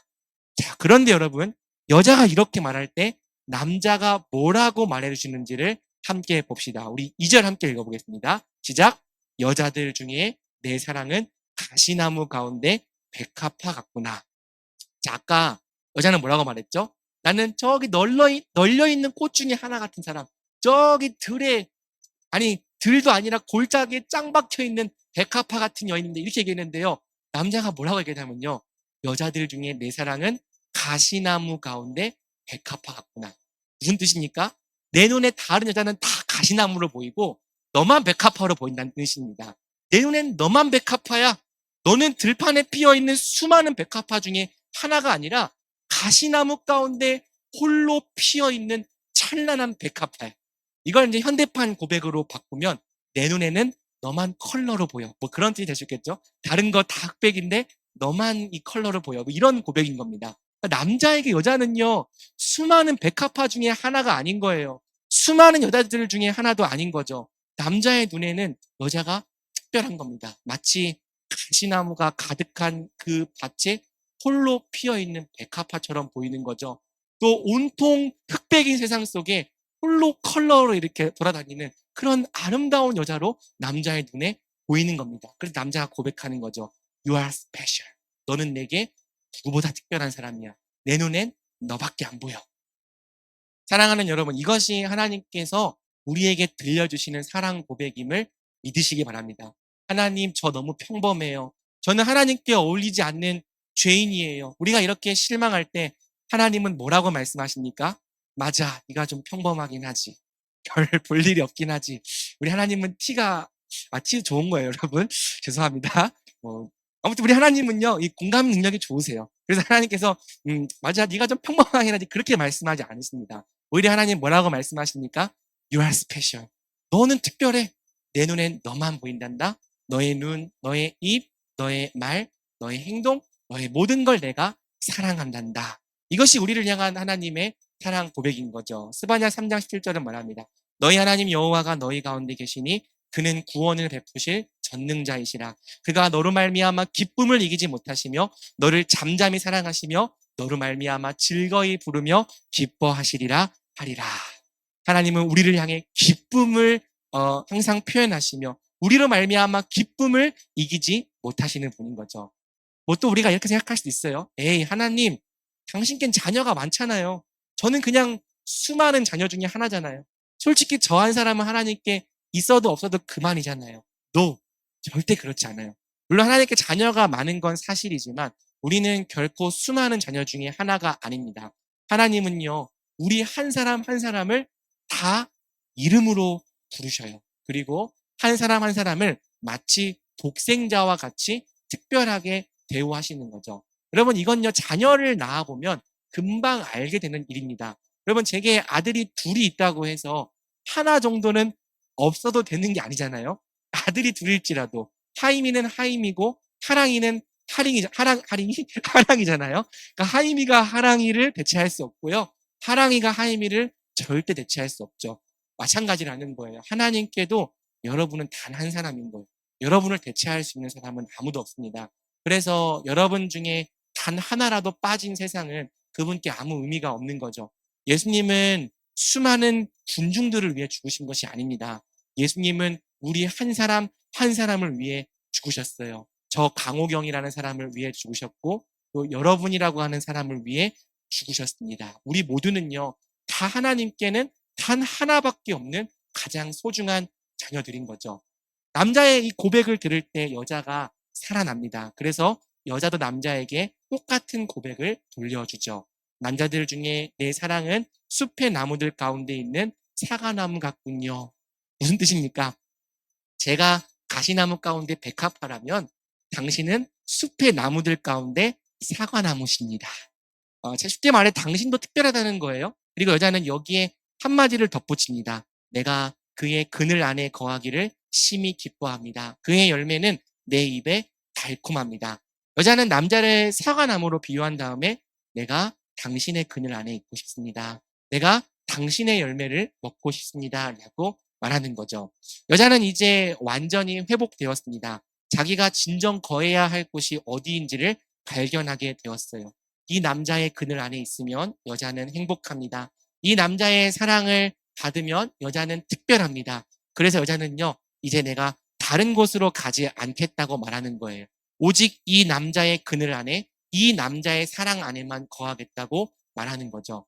분명 우리의 믿음도 이렇게 회복될 거예요. 내가 널 사랑한단다. 너는 내게 특별한 자란다. 우리 주님의 이 음성을 들을 때 우리의 마음이 살아날 것입니다. 그리고 그 음성에 반응해서 주님도 저에게 특별하십니다. 오직 주님만이 저의 사랑과 찬양을 받기에 합당하십니다라고 고백할 때 우리의 마음이 기쁨으로 충만해질 것입니다. 그때 우리는 우리가 진정으로 거해야 할 곳이 어디인지를 다시 깨닫게 될 거예요. 사랑하는 여러분, 오직 주님의 사랑만이 우리가 거할 곳입니다. 오직 주님의 품만이 우리가 쉴 곳입니다. 그곳에 있을 때 우리는 가장 우리답습니다. 그곳에 있을 때 우리는 특별하고요. 그곳에서 우리는 진정한 안식을 얻습니다. 우리 모두의 믿음이 또 우리 모두의 정체성이 바로 이와 같이 회복되기를 소망합니다. 4절부터 남자는요, 이제 여자를 데리고 데이트를 다니기 시작합니다. 원래 여자가 기분이 안 좋으면요, 그냥 말로만 사랑한다 말하면 안 되는 거죠. 진짜 사랑하면요, 어떻게 됩니까? 야, 따라 나와. 밖으로 나가야 합니다. 그래서 남자가 좀 우울해하는 여자를 데리고 이제 데이트 코스를 인도하는데요. 또 하필 가는 데가 포도주 집이에요. 그가 나를 포도주의 집으로 인도했습니다. 나를 향한 그의 의도는 사랑입니다. 개역개정 성경에는 잔치집이라고 되어 있는데요. 실제 원문은 포도주집입니다. 포도주가 제공되는 집이란 뜻이에요. 이것은 개역개정의 번역대로 잔치집을 의미할 수도 있고요. 어쩌면 사람들이 함께 이렇게 한잔하는 선술집을 의미할 수도 있습니다.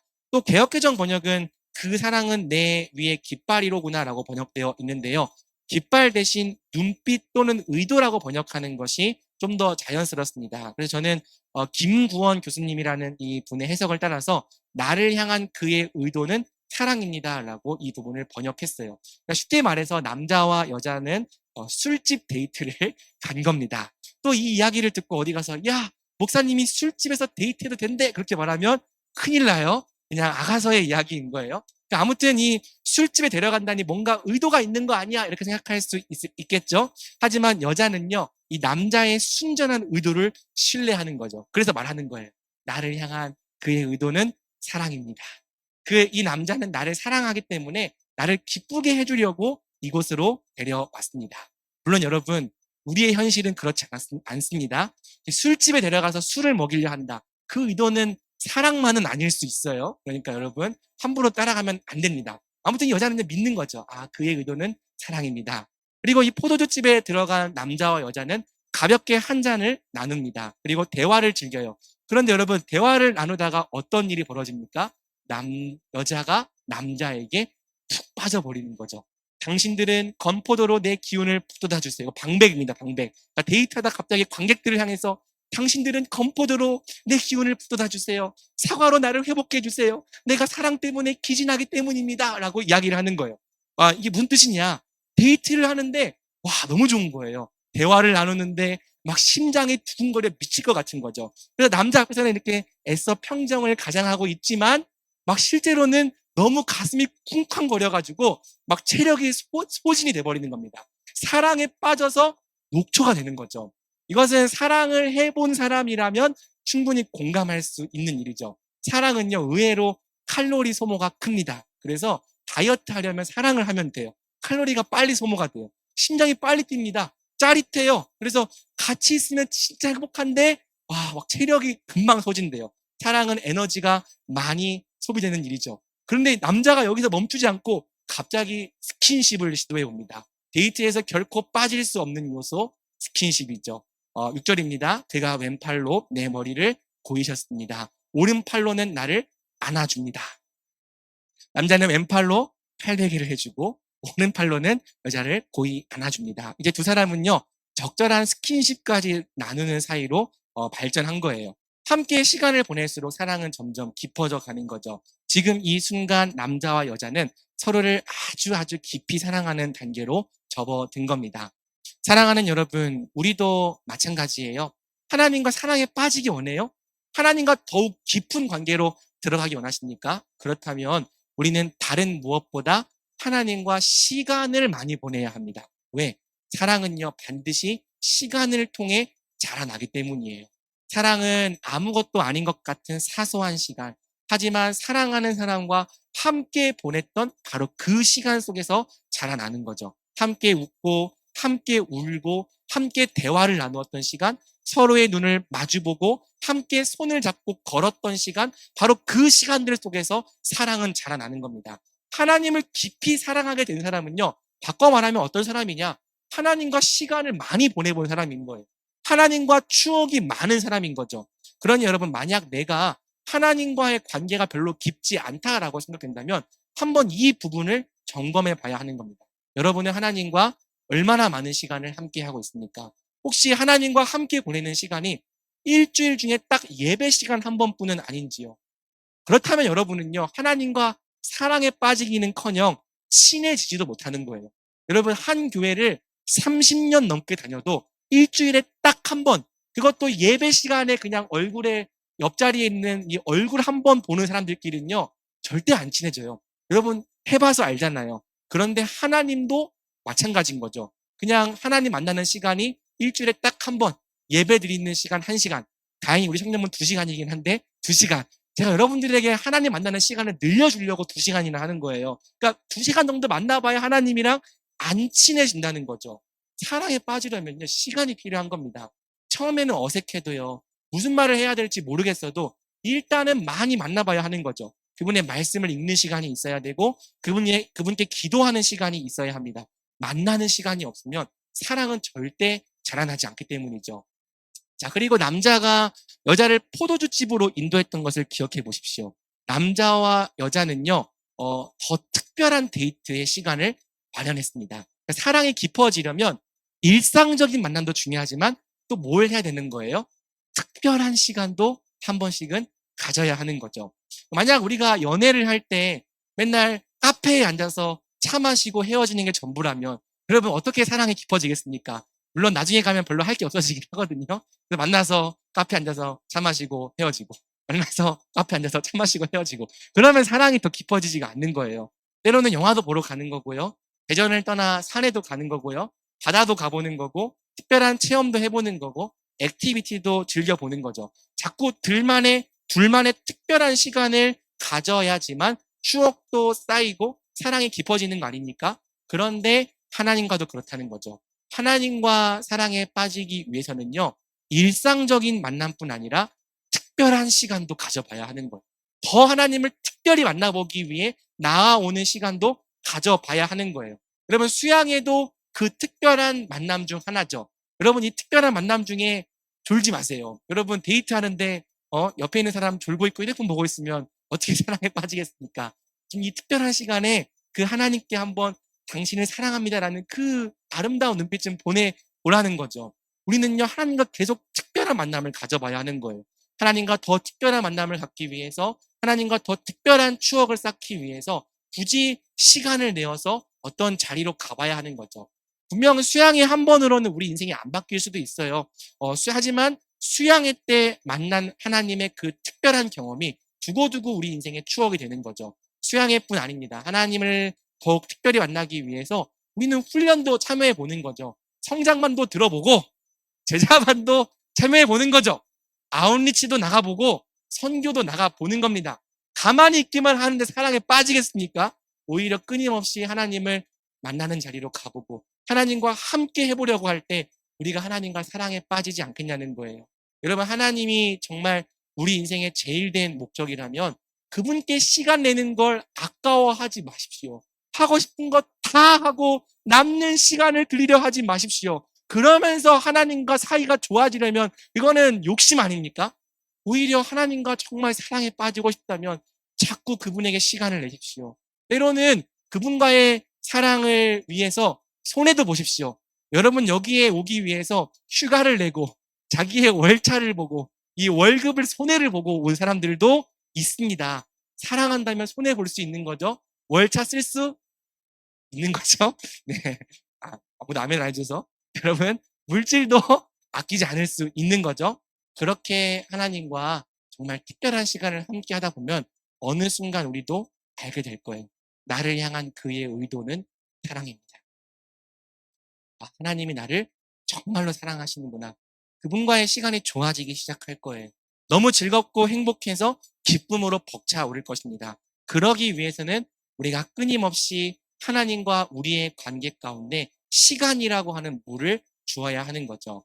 자, 하면 본문은 남자와 여자의 사랑이 절정으로 치닫으려는 부분에서 한번 브레이크를 걸어줍니다. 아까 이제 남녀가 스킨십을 하기 시작했잖아요.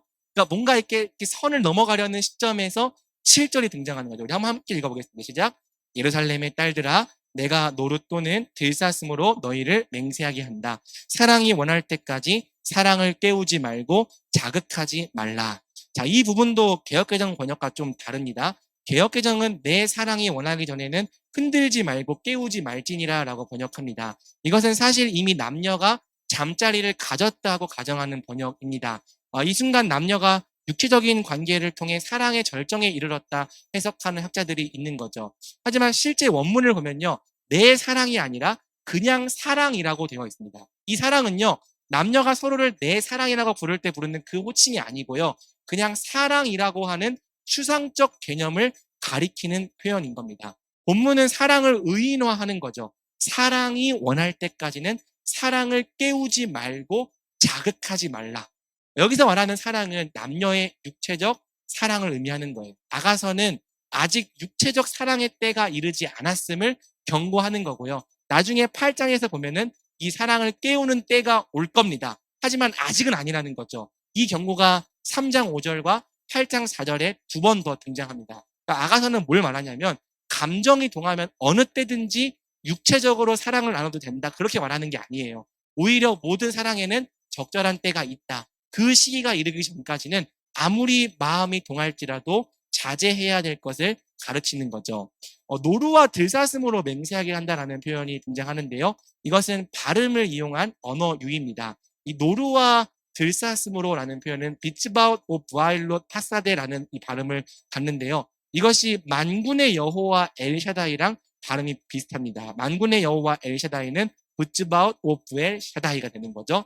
그러니까 아마 이것은 저자가 이 남녀의 육체적 관계를 다루는 본문에 이 하나님의 이름을 넣고 싶지 않았던 것 같아요. 원래는 하나님의 이름으로 맹세한다라고 들어갈 자리에다가 조금 바꿔서 노루와 들사슴으로 맹세한다라는 표현을 집어 넣은 거죠.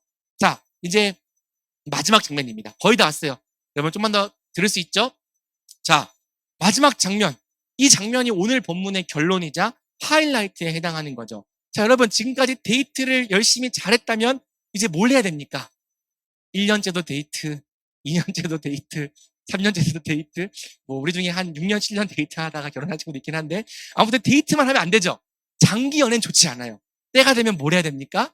결혼을 해야 하는 거죠. 자, 마지막 8절부터 17절은 이제 남자의 청혼을 우리에게 보여주는 겁니다. 자, 만남을 가진 지 얼마나 시간이 흘렀을까? 이제 여자는요, 소리만 들어도 남자가 오는 것을 알아차릴 정도가 되었습니다. 8절이죠. 보십시오. 내 사랑하는 자의 소리입니다. 그가 산을 뛰어넘고 언덕을 넘어옵니다. 남자에게서 나는 소리의 특징이 뭐예요? 바로 열심히 뛰어오는 소리죠. 남자는요, 여자를 사랑하기 때문에 걸어오지 않아요. 마치 마라톤 선수와 같이 또는 허들 선수와 같이 산도 넘고 언덕도 뛰어넘어서 여자에게로 달려오는 거죠. 그렇게 달려오는 남자의 모습을 보면서 여자는 이렇게 표현합니다. 내 사랑은 노루나 어린 사슴 같습니다. 여러분은 사랑하는 사람이 여러분을 향해 뛰어오는 모습을 본 적이 있습니까? 우리 연애 경력 있는 친구들, 여러분의 사랑하는 사람이 여러분을 향해 뛰어오는 모습을 본 적이 있어요? 사실 제 아내는 저를 향해 뛰어온 적이 별로 없습니다. 우리 아내는 뛰지 않아요. 하지만 저는 연애 시절에 아내를 향해 자주 뛰어갔습니다. 여러분 그거 아십니까? 아내가 저와 결혼을 결심한 이유 중 하나가 바로 제가 아내를 향해 뛰어갔기 때문이에요. 청년들이 가끔 제 아내에게 묻습니다. 사모님은 언제 목사님과 결혼해도 되겠다고 확신했나요? 이 질문은 우리 청년들에게 굉장히 중요한 질문이잖아요. 이때 아내가 해주는 대답은 항상 한결같습니다. 연애 시절에 아내가 버스를 타고 제가 있는 곳으로 오고 있었어요. 그런데 이 아내가 내릴 때쯤 됐는데 갑자기 소나기가 내리기 시작하는 겁니다. 그러니 여러분 제가 어떻게 했겠습니까? 혹시라도 아내가 버스에서 내렸을 때 비를 맞을까봐 열심히 우산을 들고 아내가 있는 곳으로 뛰어간 거죠. 근데 놀랍게도 그렇게 뛰어오는 모습을 아내가 버스 창문으로 내다본 겁니다. 타이밍을 잘 맞춰야 돼요. 너무 빨리 와서 먼저 기다리고 있으면 뛰어오는 모습을 보여줄 수가 없고요. 그리고 이미 내려가지고 비 다 맞고 있는데 그때 뛰어오고 있으면 잔소리를 듣습니다. 딱 정류장에 도착할 때를 맞춰서 이 창문 너머로 자기를 향해 뛰어오는 이 사랑하는 남자의 모습을 보여줘야지만 이 여자의 마음을 움직일 수 있는 거죠. 그래서 아무튼 이 아내는 청년들이 물어보면 항상 그때가 저 사람이랑 결혼해도 되겠다라고 느낀 때라고 대답합니다. 형제들 알겠죠? 결혼하고 싶은 자매가 있으면 뛰어야 돼요. 걸어 다니면 결혼을 할 수가 없습니다. 잘 뛰는 사람이 결혼을 할 수 있는 거죠. 그러니까 아무튼 여자는 오늘도 나를 향해 산 넘고 물 넘고 언덕까지도 뛰어넘어 달려오는 남자의 모습에 사랑을 느낍니다. 진짜 사랑하면요, 걸어올 수가 없는 거예요. 사랑하면 뛰어오게 되어 있는 거죠. 성경은 우리를 향한 하나님의 사랑도 마찬가지라고 말하는 거죠. 탕자의 비유를 보면 이렇게 집 나간 아들을 기다리는 아버지가 걸어가지 않아요. 아직도 거리가 먼데 아버지가 그를 보고 치근히 여겨 달려가 목을 안고 입을 맞추니, 아들을 사랑하는 아버지는요, 집 나간 아들을 발견하자마자 아직도 거리가 먼데 달려가는 겁니다. 우리 하나님의 사랑은 우리를 향해 달려오시는 사랑이죠. 예수님도 마찬가지예요. 예수님도 우리를 말로만 한다고 말씀하지 않으세요. 예수님은 우리를 사랑하셔서 우리가 있는 곳으로 뛰어오셨죠. 이것도 산 넘고 언덕을 넘는 정도가 아니라 사람의 몸을 입고 우리가 있는 이 세상 속으로 뛰어 들어오셨습니다. 모든 장벽을 넘어서 오늘 우리가 있는 곳으로, 오늘 우리가 있는 자리로 찾아오셨죠. 참된 사랑은 사랑하는 자에게 뛰어오는 사랑입니다. 찾아오는 사랑입니다. 예수님은 우리에게 뛰어오심으로, 찾아오심으로 그분의 사랑을 확증해 주신 거죠. 여자를 찾아온 남자는 이제 벽 뒤에 서서 창문을 통해 여자를 들여다봅니다. 보십시오. 그가 우리 벽 뒤에 서서 창으로 들여다보고 창살을 통해 엿보고 있습니다. 그리고 이제 문을 똑똑 두드리면서 Do you wanna build a snowman이 아니라 나와 함께 가자라고 말씀을 하시는 거죠. 자, 이 부분이 기다리던 이 남자의 청혼 장면이에요. 우리 10절부터 13절 함께 한 목소리로 읽어볼까요? 시작. 내 사랑이 내게 말합니다. 나의 사랑, 나의 어여쁜 자야, 일어나 함께 가자. 보라, 겨울이 지나갔고 우기도 완전히 지나갔다. 꽃들이 땅에 피고 노래의 계절이 이르렀다. 맷비둘기 소리가 우리의 땅에서 들리는구나. 무화과 나무는 풋열매를 내고 포도나무들의 꽃은 향기를 내뿜는구나. 나의 사랑, 나의 어여쁜 자야, 일어나 함께 가자. 자, 우리가 찬양으로 불렀던 그 말씀이 바로 여기에 있는 거죠. 남자는 이제 추운 겨울이 지나고 봄이 왔다고 말합니다. 이 말은 진짜 계절이 바뀌었다는 뜻일 수도 있겠지만 이제 남자와 여자의 관계에 새로운 때가 도래했음을 의미하는 거죠. 겨울은 지나갔어요.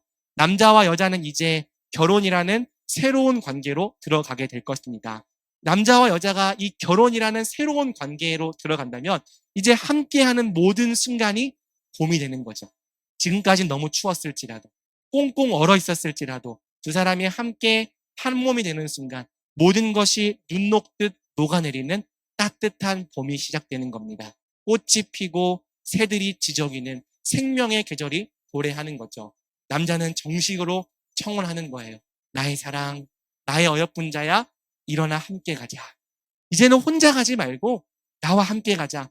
너의 모든 시간을, 너의 모든 순간을, 너의 모든 인생을 이제부터는 나와 함께 하자. 자, 그러면서 남자는 이제 네 자신을 나에게 달라고 요구하는 거죠. 14절입니다. 바위의 틈새, 낭떠러지의 은밀한 곳에 있는 내 비둘기야. 나로 내 얼굴을 보게 하라. 나로 내 소리를 듣게 하라. 내 소리는 달콤하고 내 모습은 사랑스럽구나. 지금까지 여자는 바위 틈, 낭떠러지 은밀한 곳에 있는 비둘기 같았습니다. 비둘기는 순결함을 상징하는 동물이잖아요.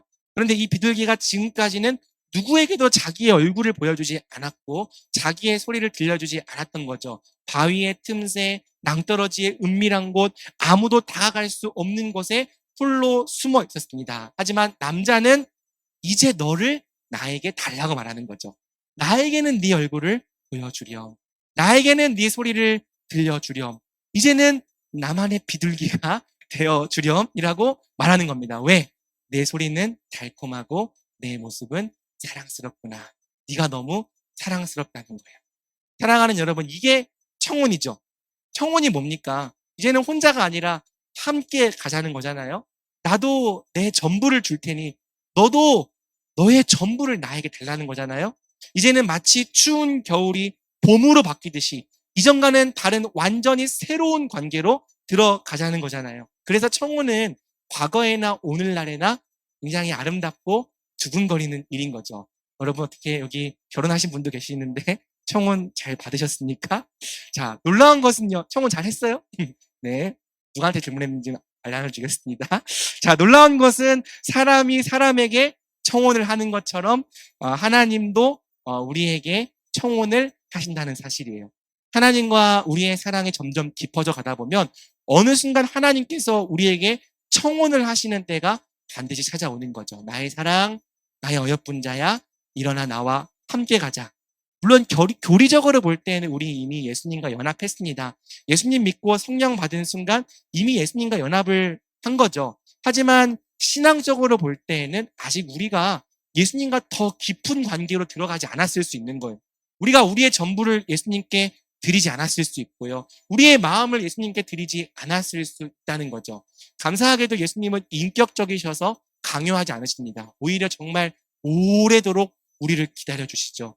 우리가 예수님의 그 끈질긴 사랑에 설득될 때까지, 그리고 그 끈질긴 사랑에 확신을 갖게 될 때까지, 그래서 우리도 예수님을 사랑하게 될 때까지 억지나 강요가 아니라 정말 사랑하는 마음 때문에 우리를 예수님께 드리게 될 때까지 예수님은 기다려주시는 거죠.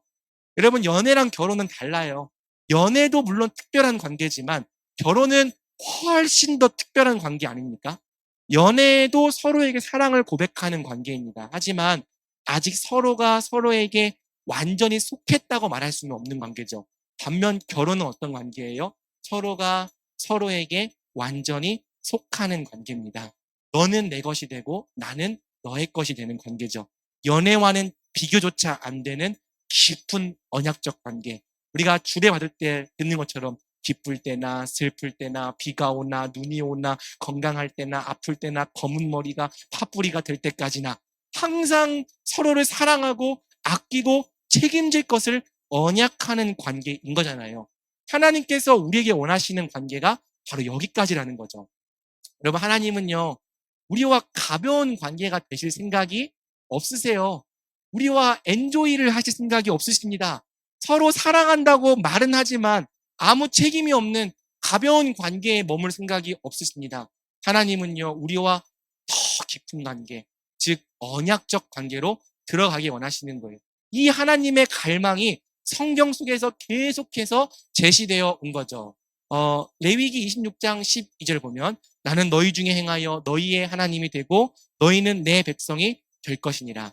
구약 성장만을 배운 지체들은 이 문장이 언약 공식이라는 걸 배웠습니다. 이 언약 공식이 성경에서 끊이지 않고 계속 등장하는 거예요. 나는 너희 하나님 되고 너희는 내 백성 되리라. 이게 무슨 뜻이냐? 나는 너희 것이 되고 너희는 내 것이 되리라. 결혼하기 원한다. 결혼 관계를 갖기 원한다. 결혼 관계로 너희와 함께 살아가기를 원한다는 뜻이죠. 예수님께서 우리에게 생명 주시고 자신의 전부를 내어주신 이유는 단지 우리가 죄 용서받고 이 땅을 혼자서 행복하게 살게 하시려는 것이 아닙니다. 예수님이 우리에게 자신의 전부를 주신 목적은 딱 하나예요. 나도 내 전부를 줄 테니 너도 너의 전부를 주지 않겠니? 바로 청혼인 거죠. 그가 모든 사람을 대신하여 죽으심은 살아있는 자들로 하여금 다시는 그들 자신을 위해 살지 않고 오직 그들을 대신하여 죽었다가 다시 살아나신 이를 위해 살게 하려 함이라. 내가 널 위해 죽고 다시 살았으니 너희도 나를 위해 나와 함께 살았으면 좋겠다. 이게 예수님께서 우리를 위해 죽으신 이유라는 거죠. 그래서 여러분, 만약 우리가요, 아직 우리 자신을 예수님께 온전히 드리지 않았다면 우리는 진정한 결혼 관계로는 사실 들어가지 못한 거예요. 그리고 결혼 관계로 들어가지 못했다면 아직 예수님과 함께하는 신혼의 참 기쁨도 맛보지 못한 거죠. 왜? 아무것도 책임지지 않는 결혼 밖의 관계, 아무런 위험성도 감수하지 않는 언약 밖의 관계에 우리가 머물러 있기 때문입니다. 의외로 이런 관계로 신앙생활 하는 사람들 교회 안에 많아요. 신앙생활은 오래 했지만 자기를 예수님께 드려본 적은 없는 거죠. 예수님을 좋아한다고 말해요. 사랑한다고도 말해요. 하지만 더 깊은 관계로 서로의 전부를 책임지는 관계로 들어가고 싶지는 않은 거예요. 쉽게 말해 예수님과 연애만 할 뿐 결혼을 하고 싶지 않은 지체들이 많더라는 거죠. 어쩌면 연애조차 하지 않고 있는 사람들도 많을 수 있고요. 예수님은 예수님이고 나는 나인 겁니다. 예수님은 예수님이고 내 인생은 내 인생인 겁니다. 아무리 예수님이 좋아도 적당한 거리가 있으면 좋겠는 거죠. 아무리 예수님을 사랑해도 그분이 건들지 말아주었으면 하는 나만의 영역이 있는 거죠. 이걸 빼앗기기 싫기 때문에, 이걸 완전히 예수님께 드리기가 싫기 때문에 더 깊은 관계로, 결혼 관계로, 언약적인 관계로 들어가고 싶어 하지는 않는 겁니다. 하지만 우리 예수님은 포기하지 않으시는 거죠. 우리 예수님은요, 절대로 우리와 적당한 관계에 만족할 생각이 없으십니다. 그래서 끊임없이 우리를 찾아오셔서 우리의 마음 문을 두드리시고 나와 함께 가자, 나와 함께 살자고 말씀하시는 거죠. 볼지어다 내가 문 밖에 서서 두드리노니 누구든지 내 음성을 듣고 문을 열면 내가 그에게로 들어가 그와 더불어 먹고 그는 나와 더불어 먹으리라. 끊임없이 찾아오셔서 말씀하시는 거예요. 나의 사랑, 나의 어여쁜 자야, 일어나 함께 가자. 겨울이 지났고 비도 그쳤고 슬픔의 때도 지나갔다. 이제는 일어나 나와 함께 가자. 내 사랑하는 자야, 내가 너에게 내 모든 것을 준 것처럼 너도 내게 너의 전부를 주지 않겠니? 이제는 나와 더 깊은 관계로 들어가 보지 않겠니? 참된 믿음은 바로 이 청혼에 반응하는 거죠. 나와 함께 하자는 부르심에 너의 모든 걸 달라는 그 청혼에 네 주님, 저는 당신의 것입니다. 저는 당신께 속했습니다. 저는 당신과 영원히 함께 거하기 원합니다. 우리의 전부를 드리는 것. 이게 성경이 말하는 진짜 믿음인 거예요. 만약 우리가 우리 하나님의 청혼에 반응한다면, 예수님의 청혼에 승낙한다면 이제부터 우리 인생은 완전히 새로워질 것입니다. 연애가 아무리 좋아도 결혼은 또 다른 세계인 것처럼 하나님과 우리의 관계 가운데 완전히 새로운 세계가 펼쳐지는 거죠. 하나님은 완전히 우리의 것이 되고 또 우리도 완전히 하나님의 것이 되는 새로운 인생이 시작되는 겁니다. 이때부터가 진짜 신앙생활이 시작되는 거예요. 그 전까지는 전부 다 프리뷰입니다. 프리뷰. 여러분, 연애는 결혼의 프리뷰입니다. 진짜 결혼 생활의 맛도 모르는 거예요. 진짜 신앙생활은 우리가 우리 자신을 예수님께 온전히 드리는 때부터 시작하는 거죠. 그분께 우리의 전부를 드리는 순간, 그분의 전부를 우리의 것으로 받아들이는 순간 겨울도 지나가고요. 비도 그치고 슬픔의 눈물도 사라지는 거예요. 그리고 이제부터는 생명이 약동하는 참된 봄이 우리 인생 가운데 시작되는 겁니다. 말씀 맺겠습니다. 여자가 이 청혼에 승낙합니다. 내 사랑하는 자는 내게 속하였고 나는 그에게 속하였습니다. 내 사랑하는 자는 내게 속했고 나도 내 사랑하는 자에게 속했습니다. 이게 언약 공식의 아가서 버전인 거죠. 결혼이란 내 사랑하는 자가 내게 속하고 나도 내 사랑하는 자에게 속하는 새로운 언약 관계로 들어가는 것입니다. 지금 이 순간 남자와 여자는 결혼을 언약한 사이가 되는 거죠. 그러면서 여자는 이제 우리를 위하여 포도원을 망치는 작은 여우들을 잡아달라고 말합니다. 여우라는 것은요, 고대 근동에서 음란한 동물을 의미했어요. 약간 야가 빠진 동물이 아니라 오늘날 우리의 개념으로 따지자면 늑대랑 좀 비슷한 거죠. 이거 포도원은 여자를 상징하는 거라고 했죠. 그러니까 여우를 잡아달라는 것은 나를 온갖 유혹으로부터 지켜달라는 거예요. 내가 이제 당신에게만 속하겠으니 오직 한 남자만을 위해 정조와 순결을 지키겠으니 나를 지켜달라, 나를 보호해달라는 거죠. 다른 남자에게 이제 한눈 팔지 않겠다는 뜻입니다. 이제 남자는 여자와의 결혼을 준비하기 위해 잠시 여자를 떠나갈 거예요. 하지만 그 이별이 그렇게 길지는 않을 겁니다. 왜? 남자가 여자에게로 돌아올 거기 때문이죠. 그래서 여자가 남자에게 최대한 빨리 돌아오라고 말합니다. 마지막 절인데요. 우리 17절 같이 읽습니다. 시작. 날이 불고 그림자들이 달아나기 전까지 돌아오세요. 노루 또는 베데르산의 어린 사슴과 같은 내 사랑. 지금은 잠시 헤어지지만 남자가 다시 돌아올 때에는 이제 남자와 여자가 진짜 부부가 되겠죠. 그래서 여자는 그날을 꿈꿉니다. 남자의 신부가 될 날을 꿈꿉니다. 그러면서 말하는 거죠. 빨리 돌아오세요. 내 사랑. 사랑하는 여러분 어떻습니까? 한 편의 설교지만 이 한 편의 설교 안에 우리 인생의 내용, 방향, 목적이 다 담겨 있는 거예요. 하나님을 만날 때 우리는 비로소 특별한 자가 됩니다. 하나님과 사랑에 빠질 때 우리는 비로소 인생의 참된 기쁨이 무엇인지 알게 됩니다. 하나님과 시간을 보낼수록 우리는 점점 그분의 사랑에 빠져들게 되고요. 마침내 나와 함께 가자는 그분의 청혼에 승낙할 때 우리가 온전히 그분의 것이 되고 그분도 온전히 우리의 것이 됩니다. 그때에 우리 인생에 생명이 약동하는 새로운 계절이 도래하는 거죠. 우리는 하나님의 신부가 되기 위해서, 하나님과 사랑에 빠지기 위해서, 그리고 마침내 하나님과 영원히 함께 살기 위해 창조된 자들입니다. 이 목적을 위해 구원받은 거고요. 이 목적을 위해 창조된 거고요. 이 목적을 위해 우리가 다시 오실 예수님을 기다리고 있는 거죠. 그러니 사랑하는 여러분, 여러분을 향한 하나님의 이 목적을 받아들이겠습니까? 나의 사랑, 나의 어여쁜 자야, 일어나 나와 함께 가자 말씀하시는 주님의 청혼에 응답하시겠습니까? 더 이상 머뭇거리지 않고 이제 여러분의 전부를 예수님께 드리겠습니까? 예수님과 더 깊은 관계로 들어가겠습니까? 바로 그러한 역사가 오늘 우리 청년부 안에 일어나기를 주님의 이름으로 축복합니다. 주께서 나와 함께 가자 말씀하실 때 내 사랑하는 자는 내게 속하였고 나는 그에게 속하였습니다. 응답하는 우리 청년부가 되기를 주님의 이름으로 축복합니다. 아멘.